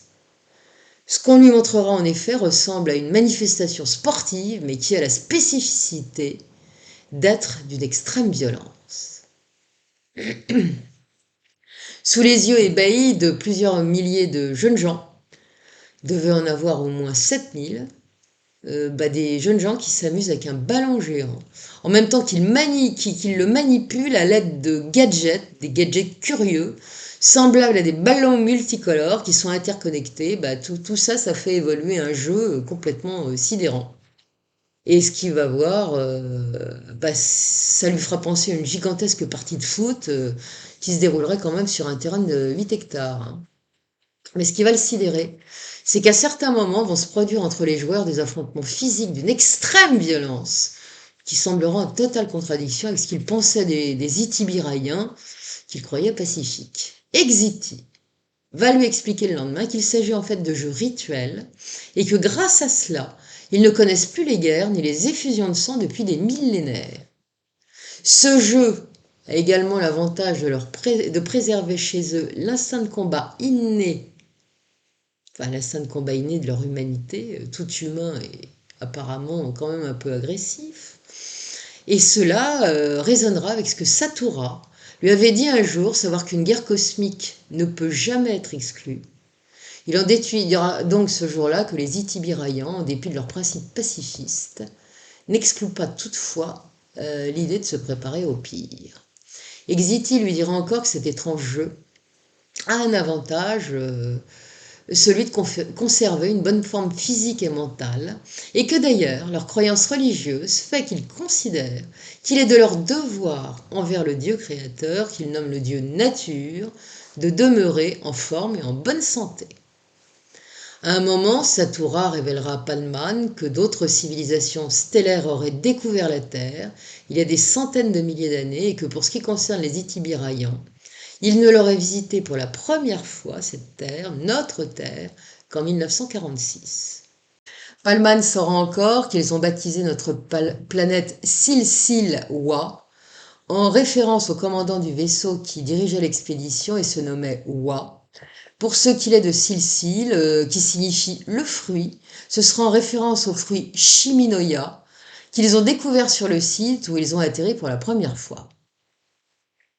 Le hic, comme lui fera remarquer en riant Satura, c'est que la découverte de ce fruit a provoqué chez eux une réaction inattendue. Tous ceux qui en ont consommé ont été gagnés par l'Uracity. Et sur notre terre, on pourrait qualifier l'Uracity de péché de gourmandise. Et il semblerait, d'après ce que saura Palman, que ce péché serait plutôt courant chez les Itibiraïens, s'ils ne veillent pas au grain. Et c'est à ce moment-là qu'il apprendra que leur base d'implantation se situe en Amérique du Sud, où ils ont développé des plantations. Il aura d'ailleurs l'occasion de séjourner dans l'une d'elles durant quelques jours plus tard. Elle est située au sud-est d'Iquitos, au sein de la forêt amazonienne, non loin de la frontière du Brésil et du Pérou. Il s'y rendra à bord du vaisseau. Mais avant d'en sortir, il devra à nouveau subir une quarantaine obligée. Évidemment, Ludwig Palman va chercher à savoir pourquoi ils ont choisi un lieu aussi hostile et dangereux. Xiti et Satura répondront alors que si les terriens ordinaires ne sont pas encore prêts à se mêler à eux, c'est un peu différent avec les Indiens. Ceux de la forêt sont habitués à leur présence lorsqu'ils ont accepté de travailler avec eux sur leur plantation, qu'ils ont d'ailleurs nommée Mirim. Cela a été au départ avec une certaine méfiance, mais comme ils ont été soignés et guéris et qu'on leur a offert des fruits, des bons fruits, ça a instauré entre les Blancs et ces Indiens un lien de confiance durable. En fait, ces Indiens n'ont absolument pas réalisé que leurs interlocuteurs n'étaient pas de cette terre. Faute de connaître dans sa globalité le monde extérieur, ils se sont dit qu'ils devaient venir de contrées lointaines de la Terre, et puis ça s'est arrêté là. Palman dira avoir rencontré certains de ces Indiens de la forêt vivant à l'état sauvage, supposés être cannibales et même les avoir vus débarquer d'un vaisseau en gloussant de joie. Et un détail leur a d'ailleurs fortement étonné chez ceux qu'il a croisés sur la plantation. Ceux dont on lui a dit qu'ils avaient la cinquantaine semblaient nettement plus jeunes. En fait, ils ne paraissaient pas avoir plus de 25 ans. Et il se demandera ainsi s'il n'aurait pas servi de cobaye à ses amis stellaires. Mais lorsqu'il voudra aborder le sujet avec Xiti, cette dernière ne s'étendra pas et orientera la conversation vers autre chose. Toujours est-il en attendant que ses amis stellaires lui confieront que le climat de la forêt est idéal pour mener des programmes de recherche pointus sur l'hybridation des fruits et des légumes, ainsi que sur diverses plantes. La plantation où il séjournera est protégée à la vue par d'immenses draps verts. Elle recoupe d'immenses tentes fermées qui lui seront désignées sous le terme de centre de saveur. Sous ces tentes, des humidificateurs et des filtres à air ont été installés à divers endroits afin de dispenser aux végétaux qu'elles les abritent les meilleures conditions climatiques qui soient. Et dans une installation qui se trouve à l'écart, on lui montrera des plantes issues de leur planète qui ont été croisées avec des plantes terriennes. On lui fera aussi visiter un laboratoire de recherche biologique abritant ce qui lui fera penser à des salles d'opération. Dans ces salles, on dissèque les cellules des végétaux en utilisant des matériels incroyablement sophistiqués. Ces opérations sont observées en temps réel sur des écrans de contrôle et commentées au fur et à mesure de leur progression par des biologistes stellaires. Il enverra aussi certaines radiographies en continu des végétaux à l'aide de matériel très très sophistiqué également. En ce mois de février 1967, qui va bouleverser sa vie, Xiti et Satura vont alors lui proposer de les accompagner dans un voyage en Colombie. Il va donc accepter d'y aller, sans hésiter, même si son activité professionnelle a commencé à prendre du retard, parce que ça fait quelques jours quand même qu'il est déjà plus là. Avec la maladie plus le reste, bon, il n'y a plus grand monde. Toujours pragmatique, Palman va leur demander comment ils arrivent à circuler, puisqu'ils n'ont pas de papier d'identité, alors quand ils sont dans la rue, s'il y a un contrôle, comment ils font? Eh ben voilà que le plus tranquillement du monde, nos amis vont leur expliquer que ce n'est pas un problème puisqu'ils détiennent des passeports parfaitement imités. La seule difficulté qu'ils rencontrent parfois, c'est que leurs visas ne sont pas toujours à jour. Donc là, bon, on ne sait pas ce qui se passe dans ces cas-là. En tout cas, ce sera à bord d'un vaisseau qui vont se rendre en Colombie, évidemment, qui plus est de nuit, afin de ne pas se faire repérer. Les manœuvres de leur engin vont épater sérieusement Palman, autant que son système de camouflage. Et oui, vous allez voir, c'est absolument incroyable. Lorsqu'ils atterriront dans des marécages proches de Barranquilla, il sera en effet bluffé en constatant que des millions de porcs qui se trouvent à la surface du vaisseau, de ces millions de porcs, s'écoulent une sorte de liquide. Cet écoulement va durer 5 minutes, d'une couleur particulière, il va permettre un camouflage de l'engin qui est parfait. Et on va lui préciser qu'il a aussi des propriétés antibactériennes et qu'il va protéger le vaisseau des piqûres d'insectes le temps qu'il séjournera dans le marécage. En dépit de leur tardive, Satura décidera de se rendre à Barranquilla puisque le soir, les commerces comme les marchés sont ouverts. Leur petite équipe s'y rendra à bord d'embarcations à fond plat qui se propulseront sur les eaux à une vitesse de 50 à 60 km/h au moyen de sortes de petits réacteurs parfaitement silencieux. Certains membres de l'équipage, la plupart des membres de l'équipage ne viendront pas avec eux, ils vont rester cachés dans la forêt, ce qui leur permettra de se reposer. Et une fois en ville, Ludwig Palman restera sidéré en voyant Satura se précipiter sur tous les étals de fruits qu'il croise sur son passage, et ces fruits, il les tâte, il les soupèse, il les renifle, mais comme il n'achète jamais rien, ça énerve un peu les marchands ambulants, les vendeurs ambulants, donc il trouvera la parade et paiera à chaque marchand pour pouvoir inspecter délicatement tous leurs fruits. En fait, ce qu'il recherche parmi ces fruits, c'est la pépite, le fruit qu'il ne connaît pas, et voilà qu'il va le découvrir, ce fruit. Il s'agit d'une goyave qui sera ramenée à la plantation avec les boutures et les pieds que Palman aura passé la journée du lendemain à rechercher. En attendant, Satura continuera de naviguer d'un étal à l'autre. Palman, qui en a plus cassé et qui a humé une bonne odeur, va soudain le laisser en plan et va se précipiter à l'étal du marchand d'où vient cette bonne odeur afin d'y acheter un excellent demi-poulet.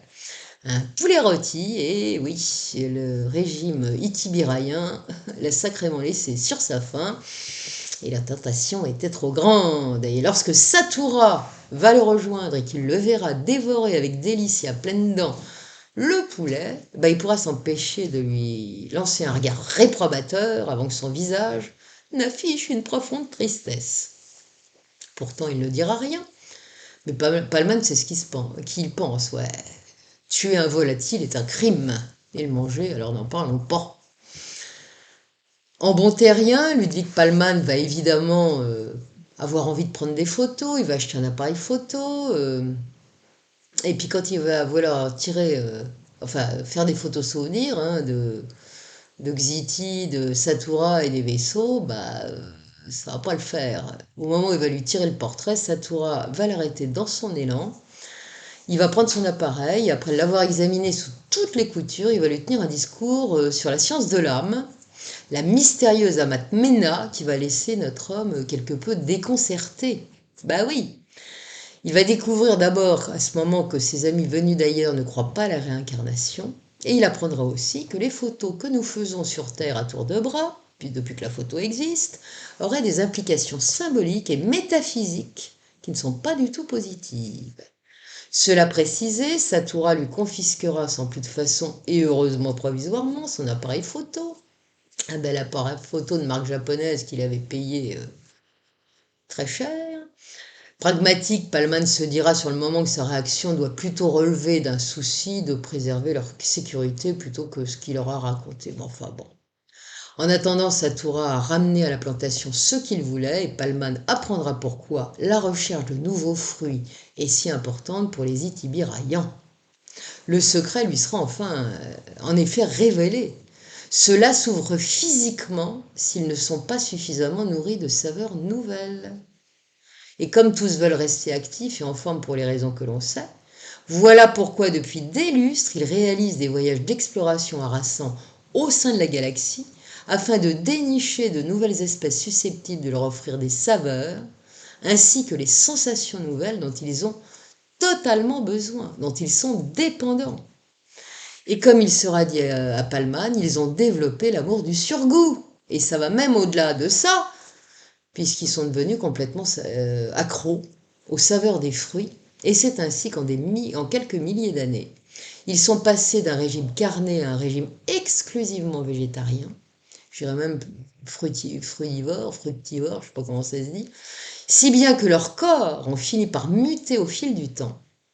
Leur système nerveux est devenu ainsi très différent, d'où notamment les propriétés que les extrémités de leurs doigts ont développées. Vous vous souvenez de ce que j'ai dit tout à l'heure?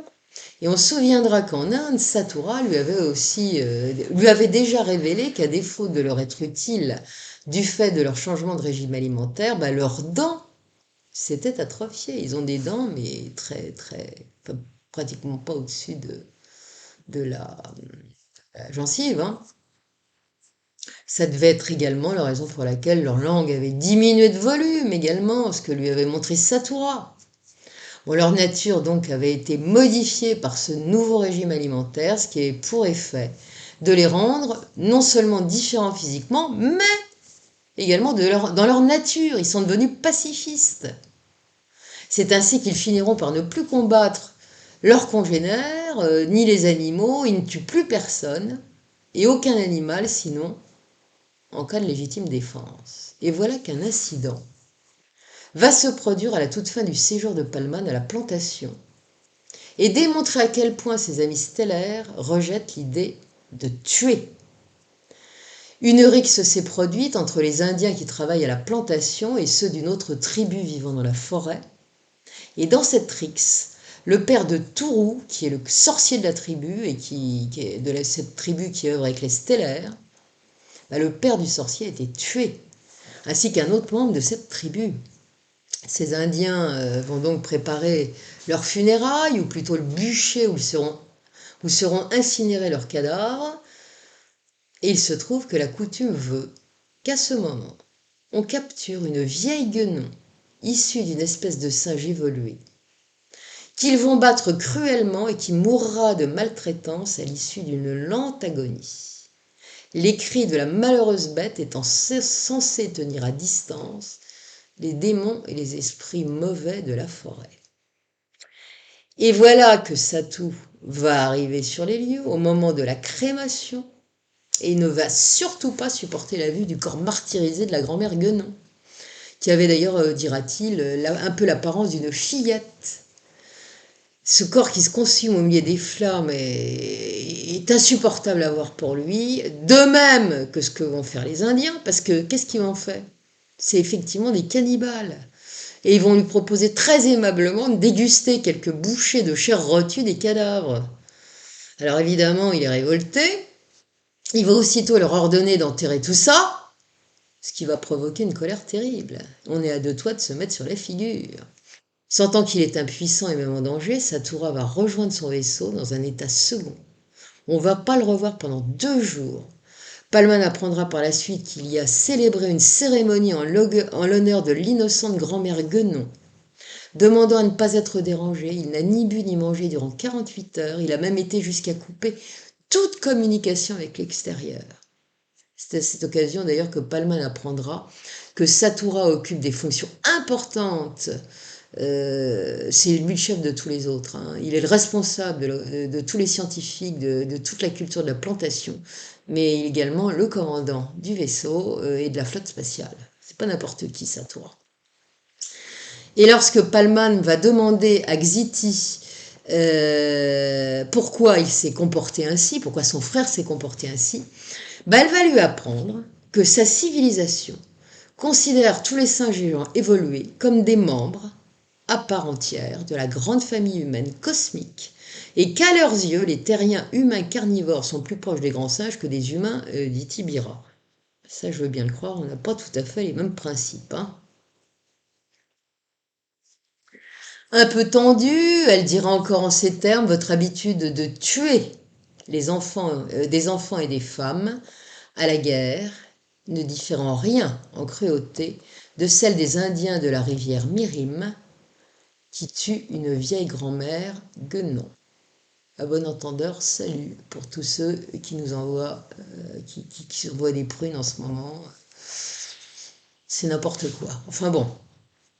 Peut-on en tout cas lui donner tort lorsqu'on voit ce qui se passe en ce moment en notre bas monde, mais je suis complètement accablé, accablé.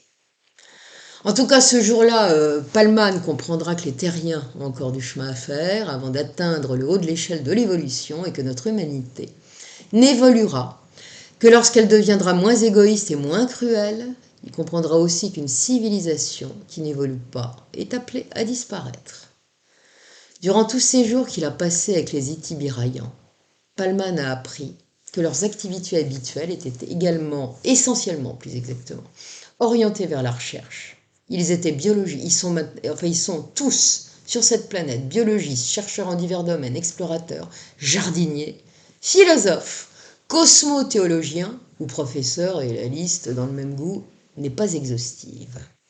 Il aura aussi appris que leur civilisation dispose d'une trentaine de vaisseaux mères, que ces vaisseaux gigantesques abritent des vaisseaux plus petits, que tous ces vaisseaux sont propulsés par des ondes cosmiques et c'est ainsi qu'ils peuvent voyager à travers la galaxie à une vitesse supérieure à celle de la lumière. Au cœur de la plantation, Palman aura vu 3 vaisseaux, celui à bord duquel il a voyagé et logé, puisque c'était le vaisseau d'habitation.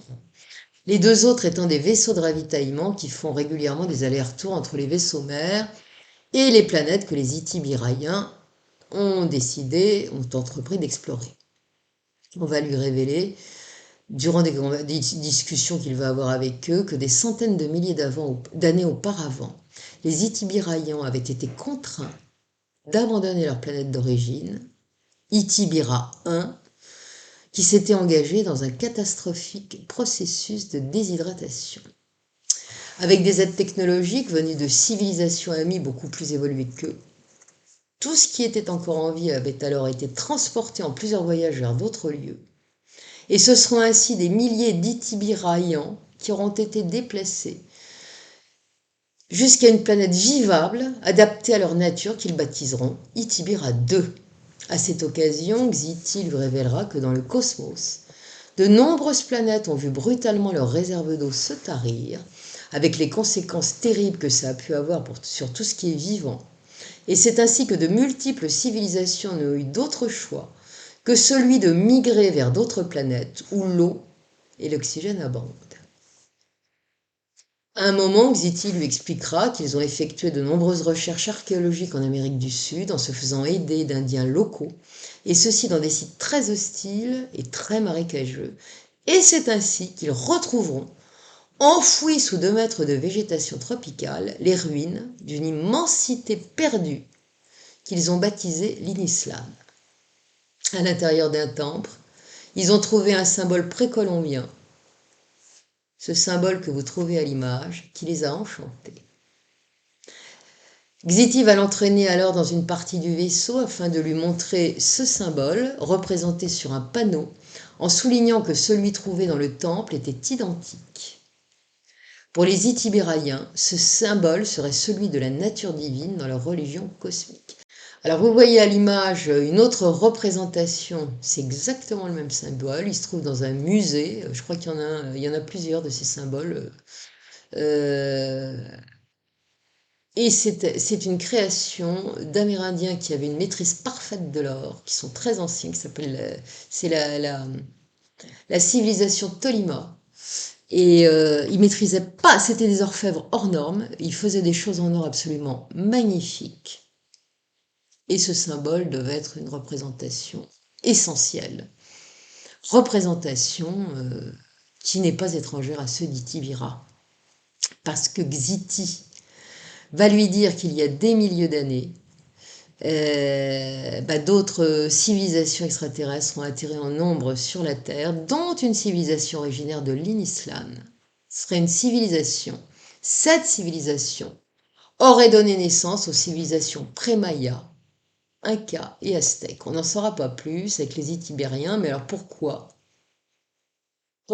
est-ce que ce symbole se retrouve dessiné sur les parois des Itibérans? Elle ignorait, elle n'avait pas encore retrouvé les ruines de quoi que ce soit. Hein. Pourquoi, à un moment, j'ai lu que ça s'était retrouvé également sur une commande de l'œil. Vous savez, c'est le vaisseau enfin le truc de commande là, du vaisseau. C'est vraiment surprenant. Enfin bon, bref. En tout cas, cette civilisation précolombienne a fait des merveilles d'orfèvrerie. Un détail surprendra un peu Ludic Palman, Xiti, il l'a jamais vu se regarder dans un miroir. Jamais. Jamais il la verra faire comme les nanas de notre planète, hein, qui n'arrêtent pas de se regarder dans tous les sens, je sais ce que c'est. Pas maintenant, je n'y pense plus ma vie, mais en d'autres temps, je me suis bien regardée quand même. Et d'ailleurs, Palman a observé qu'en règle générale, les Étibiraillans ne se préoccupent pas du tout de leur apparence physique. Leur apparence, ils s'en foutent. Hein. Ils sont ni fiers ni vaniteux. Bon, ils sont comme ils sont. Ils se regardent pas dans la glace. Bon. En tout cas, on peut dire que durant son séjour à la plantation, Palman aura vécu dans une parfaite intimité avec eux, avec cette équipe de stellaires. Il va aller voir se baigner 2 fois par jour, se nettoyer le matin et en fin d'après-midi après le boulot. À sa grande surprise, la nullité ne les dérange absolument pas, cela. Mes femmes se baignent ensemble, dans ce qui lui fera penser à des bains finlandais. Voilà. Constatant que le lendemain de son retour de Colombie, Xiti se lave avec une furieuse énergie, il se demande ce qui lui prend, il va lui demander ce qu'elle a. Elle va froncer les sourcils et lui demander, alors s'il ne sent rien, comme il va afficher un air surpris, elle va lui rappeler qu'il a mangé de la viande, hein, en Colombie, du poulet, hein, et vlan. Bon, enfin bon, ça va quand même bien se terminer puisqu'elle finira par lui sourire. Voilà. Le dîner du soir était toujours servi à bord du vaisseau où il a été en Colombie. C'est un vaisseau à la fois de transport de passagers, mais également d'habitation. La partie salon et salle à manger était aménagée avec goût. Il y avait des beaux panneaux décorés. On y trouvait des divans moelleux avec de gros coussins aux motifs floraux ravissants, dira Palman. Et à ce moment-là, tout le monde discutait, se détendait, et c'était parfait. Puis après, on allait se coucher. Puis voilà qu'un soir, avant d'aller dormir, Palman sera invité à prier avec Xiti. Xiti faisait sa prière tous les soirs. Donc il va réciter avec elle la prière du soir. Et voilà ce que ça dit. Que je sois prêt à ne rien craindre, ô mon seul et unique Dieu nature. Je veux rester forte et honnête envers moi-même et envers tous les autres. Que je sois toujours prête à faire preuve de bienveillance, afin de ne causer de la peine ni à autrui, ni à moi-même. Laisse-moi, moi seul dans le cosmos, respecter tes lois, que je m'abstienne de tout excès, que je sois fidèle à moi-même et aux autres. Je souhaite observer la loi de la mort paisible.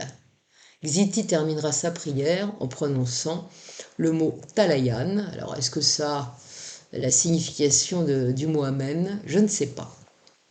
En tout cas, à l'occasion d'une discussion, Palman apprendra que sur Itibira, comme sur la Terre, les couples tombent amoureux, ils se marient, ils ont des enfants, mais lorsque ces enfants atteignent l'âge de 6 ans, bon, on les sépare de leur famille. Ils sont alors pris en charge par des centres d'éducation et c'est généralement à ce moment-là que les couples se séparent. Le plus souvent, ils constateront d'ailleurs les Itibéraïens qui ne peuvent pas vivre au-delà de 7 ans. Voilà. Et apparemment, ça sera un peu le cas chez nous. Je crois qu'il y avait un film il y a longtemps, ou un truc qui disait la mort dure toujours 7 ans. Enfin, je pense, enfin, bref, il me semble bien, mais c'est un bout de temps. Hein. En attendant, Satura confiera à Palmade qu'il est marié depuis 90 ans avec la même femme, issue d'une autre planète. C'est sa quatrième épouse. Il dira aussi qu'il est père de 3 enfants.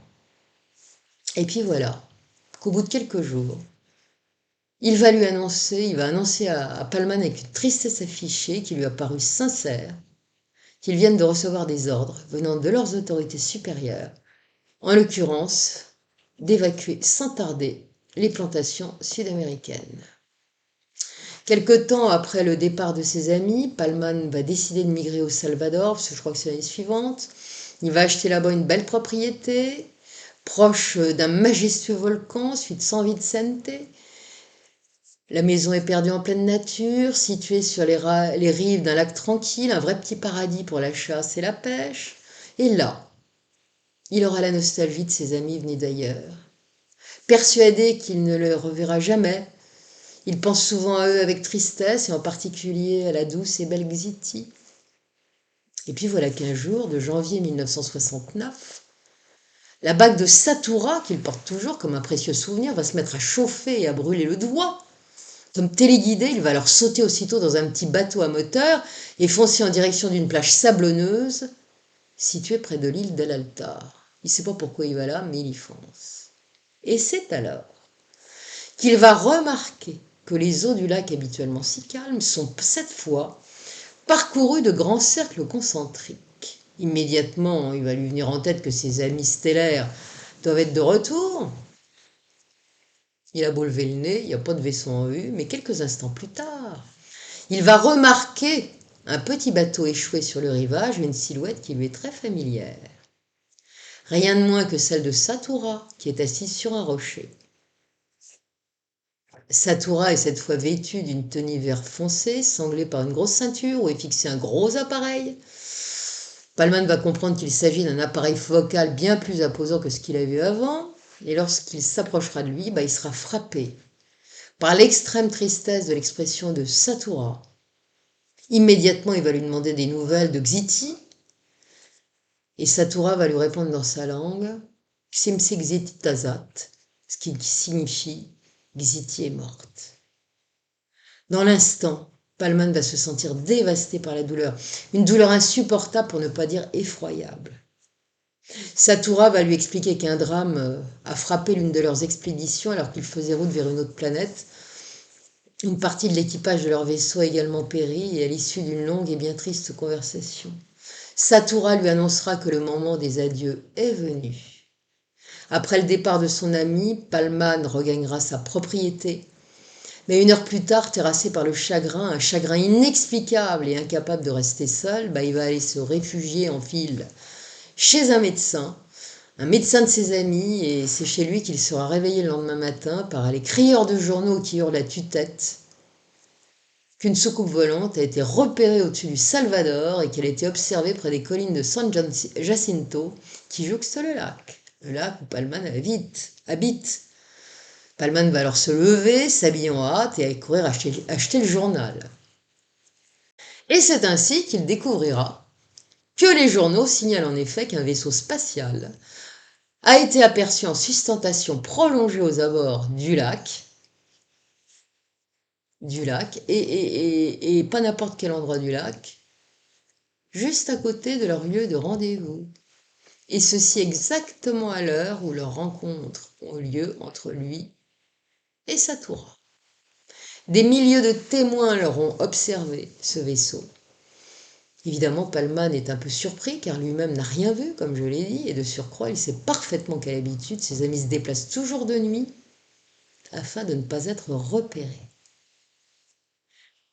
Voilà ce qui s'est passé, et c'est juste après cela que Ludig Palman va commencer à écrire l'aventure qu'il a vécue avec les êtres d'Itibira. Comme on le sait, le livre sera publié l'année suivante sous le titre Cancer Planet Mission. Pourquoi ce titre? Eh bien tout simplement parce que ses amis itibiraïens lui ont expliqué que notre Terre faisait partie des planètes qu'ils ont nommées les planètes Cancer. Pour eux, une planète Cancer est un univers dont les habitants croient sincèrement ne pas avoir besoin de Dieu, ce qui les entraînera dans des comportements divers qui vont les mettre en danger. Leurs développements technologiques deviendront tels qu'ils finiront par créer un mode de vie entièrement artificiel. Ils inventeront des machines, des gadgets, des matériels et des équipements qui dégagent des énergies et des ondes très nocives. Ils mangeront de la nourriture artificielle, etc., etc. L'air de leur planète deviendra de plus en plus pollué, et pas que l'air. Ils fabriqueront des armes de guerre terrifiantes, de toutes sortes, capables d'anéantir leurs voisins. Leur mode de vie les aura convaincus de leur supériorité sur les autres, y compris sur toute autre civilisation vivant dans le cosmos. Et tout cela aura une conséquence tragique, celle d'altérer leur santé et de réduire notablement leur durée de vie. Satura et Xiti insisteront sur le fait que toutes ces technologies anarchiques que ces civilisations ont développées ont provoqué des pollutions diverses. Et que c'est toutes les technologies, que c'est des pollutions qui sont provoquées par les technologies mécaniques ou bien plus sophistiquées, c'est-à-dire avec nos manettes, nos téléphones et tout ça. Tout ça, même le truc mécanique, la simple machine à vapeur, bah, ça génère, d'après eux, des champs énergétiques négatifs qui provoquent le cancer. Xiti et Satura ont révélé à Palman que dans des temps très anciens, des civilisations cosmiques supérieures avaient découvert que toutes les formes de vie cellulaire étaient sensibles et susceptibles de développer un cancer dans un certain contexte. Et que ce sont donc précisément les progrès techniques et technologiques qui provoquent cette maladie, réduit terriblement la durée d'une vie. Ses amis lui diront encore à ce Palman que nombre de civilisations n'ont pas eu le courage et la clairvoyance des Itibiraïens, qui ont mis des distances avec tout ce qui était machinerie artificielle et mécanique. On aura compris que ceux d'Itibira vivent à l'écart des unités de production et autres technologies qui dégagent de l'énergie. C'est donc certainement pas pour rien qu'ils ont créé une planète-usine et qu'ils vivent très longtemps. C'est donc le désir de confort des terriens, qui n'ont absolument pas conscience de ça, qui les a rapprochés de leur mort, lui dira-t-on. Satura rappellera à Palman que c'est tout de même par millions que des terriens sont déjà morts du cancer, pourtant ils refusent de croire que le cancer est tout sauf une maladie ordinaire. J'entendais il y a quelques jours à la télé, pour une fois je la regarde, que 50% des terriens seront atteints dans leur vie d'un ou plusieurs cancers. Je répète, 50%. Alors évidemment, rappelleront les stellaires, tous ces malades terriens espèrent un remède miracle. Or, ces remèdes que les terriens vont créer sont évidemment contre nature, puisque chimiques. Du coup, ça ne fera que les tuer à terme. Pour ceux d'Itibira, ces planètes habitées par des civilisations individualistes et égotiques, qui se sentent supérieures à la loi universelle du cosmos, comme c'est le cas de la civilisation terrienne, ne vivent absolument pas en harmonie avec les lois de la création, les lois de la nature. Et Satura va se mettre à marteler avec un peu de rage, que le mépris, enfin de rage c'est peut-être dit, mais d'agacement, que le mépris et l'arrogance des habitants d'une planète cancer telle que la nôtre et de nombreuses autres constituent une menace directe pour d'autres humanités cosmiques qui vivent dans le respect des lois de la nature, que c'est donc un devoir que celui de corriger les offrandes faites par ces planètes à la nature et à Dieu, au nom pour tuer ou détruire, mais pour contraindre les dirigeants de ces planètes à rejoindre avec la véritable sagesse de leurs ancêtres. Et lorsque Palman va lui demander comment on pourrait contraindre nos dirigeants à changer de stratégie afin d'améliorer les conditions de vie, ben il répondra pas directement. Il dira simplement qu'un plan commun a été prévu, consistant à perturber la trajectoire cosmique d'une planète cancéreuse, ce qui aura pour effet de modifier sa distance par rapport à son étoile, donc pour nous au Soleil, et la faire plonger dans des périodes glaciaires successives. La situation qui régnera désormais sur cette planète contraindra alors leurs habitants à s'unir, changer leurs habitudes de vie, ce qui permettra à tous de recouvrer la santé. Et Satura terminera en lui disant que c'est la raison pour laquelle il leur a été ordonné, comme il l'a vu, d'abandonner leur plantation et de quitter la terre, afin de rejoindre Itibira. Alors quand on lit ça, quand on entend ça, c'est quand même pas très rassurant. Vous voyez ces stellaires manifestement se mêlent pas des affaires de la Terre, mais il doit y avoir. Alors j'avais quand même lu ce qu'avait dit, ce qu'a écrit Palman et Wendell Stevens, c'est ce que d'autres ont dit. C'est-à-dire que quand on devient dangereux, ils peuvent intervenir. Et quand toute cette histoire est arrivée, c'était en pleine guerre froide, ça chauffait. On était au bord de se lancer des prunes atomiques, méchantes, hein, et de se faire sauter le caisson.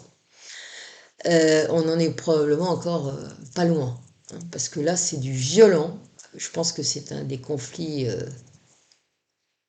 qui a commencé, qui, s'il ne s'arrête pas très vite, risque d'être un des plus vicelards et des plus durs, et des peut-être les plus longs de ces conflits qui se sont passés dans notre sphère de création à l'époque moderne. Mais en attendant, ce que nous voyons devient surréaliste. Moi qui ne regardais plus la télé, je jette un œil quand même ces temps-ci sur ce qui se passe. Je me pince. Jamais, vous m'entendez, jamais de ma vie, je n'aurais pensé voir ça. Surtout avec une telle rapidité, une telle brutalité. Il faut s'informer, ça c'est nécessaire, puisque par les temps qui courent, mieux vaut être au courant.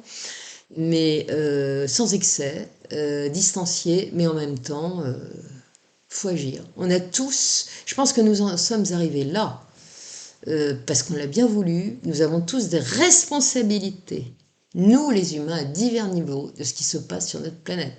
Notre problème, c'est la facilité, l'envie de confort, comme l'ont dit les Itibiraïens, ça coulait douce et s'amuser. Bah ouais. Bah, sauf que l'incarnation, même s'ils n'y croient pas, ces gens-là, bah on n'est pas là pour ça. Hein, on est là pour avancer, on est là pour se transformer, on est là pour s'améliorer. Et là, bah, finalement, on sort jamais du même bourbier. Hein. Puis la nuit des temps, on se fout sur la figure, il suffit de regarder la Bible pour comprendre ce qui se passe. Et puis, bah, merci. Merci encore pour tout ce que vous avez fait pour cette petite chaîne. Pour moi, par évidence. Et puis, bah, je vous souhaite le meilleur, du courage, de la volonté, du... Allez, vive la vie, quoi qu'il arrive. Et je vous embrasse, comme d'habitude, bien fort. À bientôt les amis, et encore merci pour tout. À bientôt.